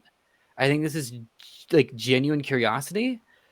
And Vian's just walking and going, why would you put a fake in a vault? Why would you do that? And I want to walk around and look around at the vault. And I think that like all the like sort of friendly ghost stuff is dropped. This is like novelist mystery writer Vian right now. Give me an investigation roll. Okay. Please be kind to me. Okay, let's see here. That is going to be a 13. The pumpkin smiles at me. You look around, and the vault has boxes with cash and smaller gemstones and other stuff, all kinds of, stuff that you would generally, valuable stuff that a rich man might want to protect. And as you sort of dig through it, you notice in one of the walls, all the way on the far side, there is an itty bitty, teeny tiny surveillance camera that is photographing the whole vault. I smile and I wave to the camera. Yeah. And I give like a sort of like a little like tip and then point at it and then look up at everyone. We got to go. All right. So to keep things moving along, because we're a little bit over time here, you head back to the van, and Daniel apologizes profusely the whole way back to your van, and then gets into his car and drives away. Should we have gotten his contact information? No. If you wanted I'm that, sure I Abigail will has credit it. you with having it. Yeah. You get in the van, and now you drive, I assume, Abigail home. Yes, dog is incredibly happy to see her. Like, dog is obsessed with Abigail. We know that. Like, we know this on a visceral level. Okay. But he's kind of like, sorry about your everything in there. And she just sort of looks out the window. She's just like, thank you for saving me. I just... My father's such a bastard. That was a trap for somebody, and I fell into it. Huh. Fake diamond. Bastard. I'm so sorry I did this, Caden. No. Well, yes, it was not smart. Next time you have to burgle an establishment, you should have backup. And as you are driving home, the news plays. Radio, and you hear chaos in Midtown this afternoon as a 5-story tall giant attacked police headquarters in Bray Square. The building was severely damaged before the situation was brought under control by several unidentified combatants who may have been agents of the police. Newly sworn in Mayor Rona Carter had this to say, and you hear the clip come in. Since the fall of End and the release of prisoners from the so-called Glass Tower, our city has experienced a wide range of unprecedented phenomena. I want to assure everyone we are investigating We have already started taking measures to address the changes we are all facing. And then the newscaster kicks back in. Julian Court, CEO of Perfecto, who recently took over operation of many of the city's administrative functions via the artificial intelligence called Orson, had this to say. And you hear a deep British voice kick in. As incidents like this are precisely why the city needs a system like Orson. With our new population of, shall we say, superpowered citizens, we can only expect such events to become more frequent and more dangerous. I believe it will become apparent to all that the more control Orson is given over our city's resources, the quicker response times will become, and the more lives we will be able to save. And then the newscaster kicks back in. Officials haven't yet released figures addressing injuries and casualties. We will keep you informed as information becomes available. And you drop off Abigail at her house. Caden, do you get off with Abigail? I will, but first I will take Bennie aside. Thank you for saving her. Yeah, of course. I'm glad I could help, even if it was a little big. No, it was exactly what it needed to be. Thanks. Well done, Coffee Squire. Aww. Still Come want on, my dog. Coffee Squire t-shirt. And dog, hops out and clearly, just immediately, just heads up the steps, looking starved. And you and Abigail, head home for the night. And that leaves the still unconscious Big Problem, who is still bound in the back. How do you want to handle this, Vian, Bennie? I want to turn to you, Bennie, when we're in the van, and just like thinking about like all the stuff that's like gone on today and everything, because like all in one day, and just like it's so interesting getting to know the others. It feels like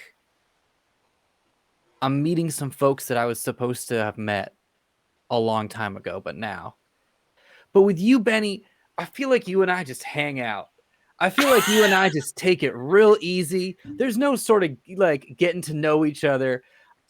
Can I just pitch this to you? Let's just get some chow mein. This guy's not going anywhere. You probably need to eat. You burned a lot of calories, I assume. I burned a lot of things today. That is that is true.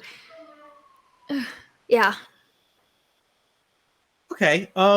The two of you go, you get some chow mein, you have a good time. Then Vian, we'll say you take the van with Big Problem in it back to your office or something. Yes. And Bennie, you head back to your apartment in Warehouse City. And when you get there, you let yourself in, and you head into your room, and you sit down. And when you sit down, wave of exhaustion washes over you, and you start feeling that fever again, and you start sweating again. And in that second, you burst into flames in your bedroom, the same way that you were when you were ripping that vault open. Like all the power comes out again. When you did that, when you burned that hard, it unlocked something. It broke something in you, and the fire comes, and you try again and again and again, and you just can't put your fire out. And as you burn into the night, we will see everybody next week. Thank you so much, everyone, for joining us and sticking with us. I know we went overtime here. I cannot believe this went way different than I thought it would. Way different. Oh my God. So different. Yeah. Oh my God. So yeah, we went overtime because I had to get that all come together somehow. But yeah. Oh wow. thank you so much to everyone who stuck with us, everyone who donated, players. Let's do our sign-offs real quick. Let the good people know where they could find you. Caitlin Bruder. Hi, I'm Caitlin Bruder. I've been Bennie Beckett. You can find me on Twitter at KKAMABR for all of the things I'm doing. And Wednesdays, twitch.tv/Rule of Lore for Infinite Horizon at, oh my gosh, time zones, 6 p.m. Pacific. That's all my things.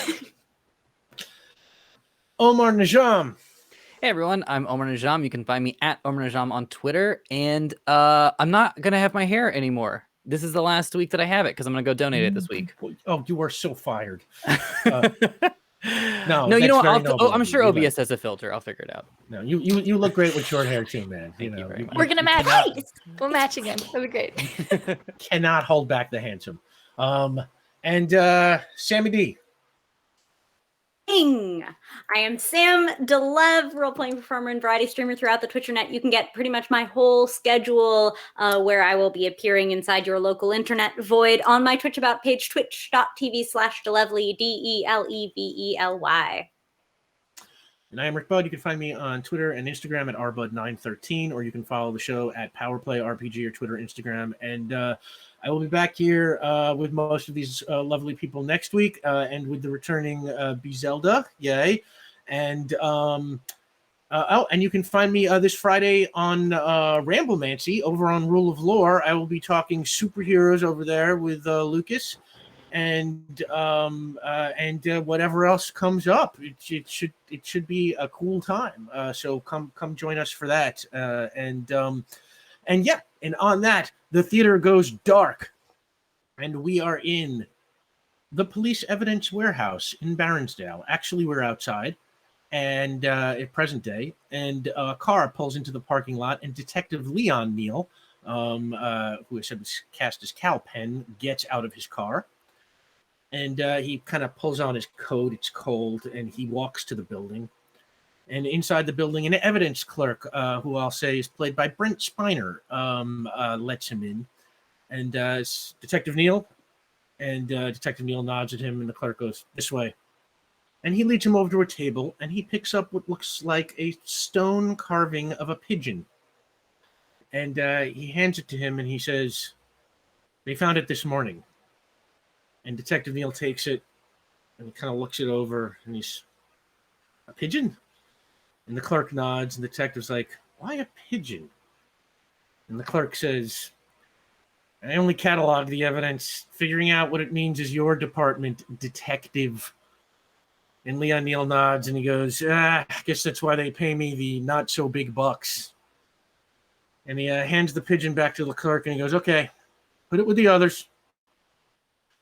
And Detective Neal heads out the way he came in, but we follow the clerk as he walks down a long hallway, and at the end of the hallway is a set of double doors, and the clerk pushes his way through. And on the other side of the doors is the huge warehouse filled with seized cars and guns and shelves full of evidence, and all the cases being worked by the Port Ruby Police Department.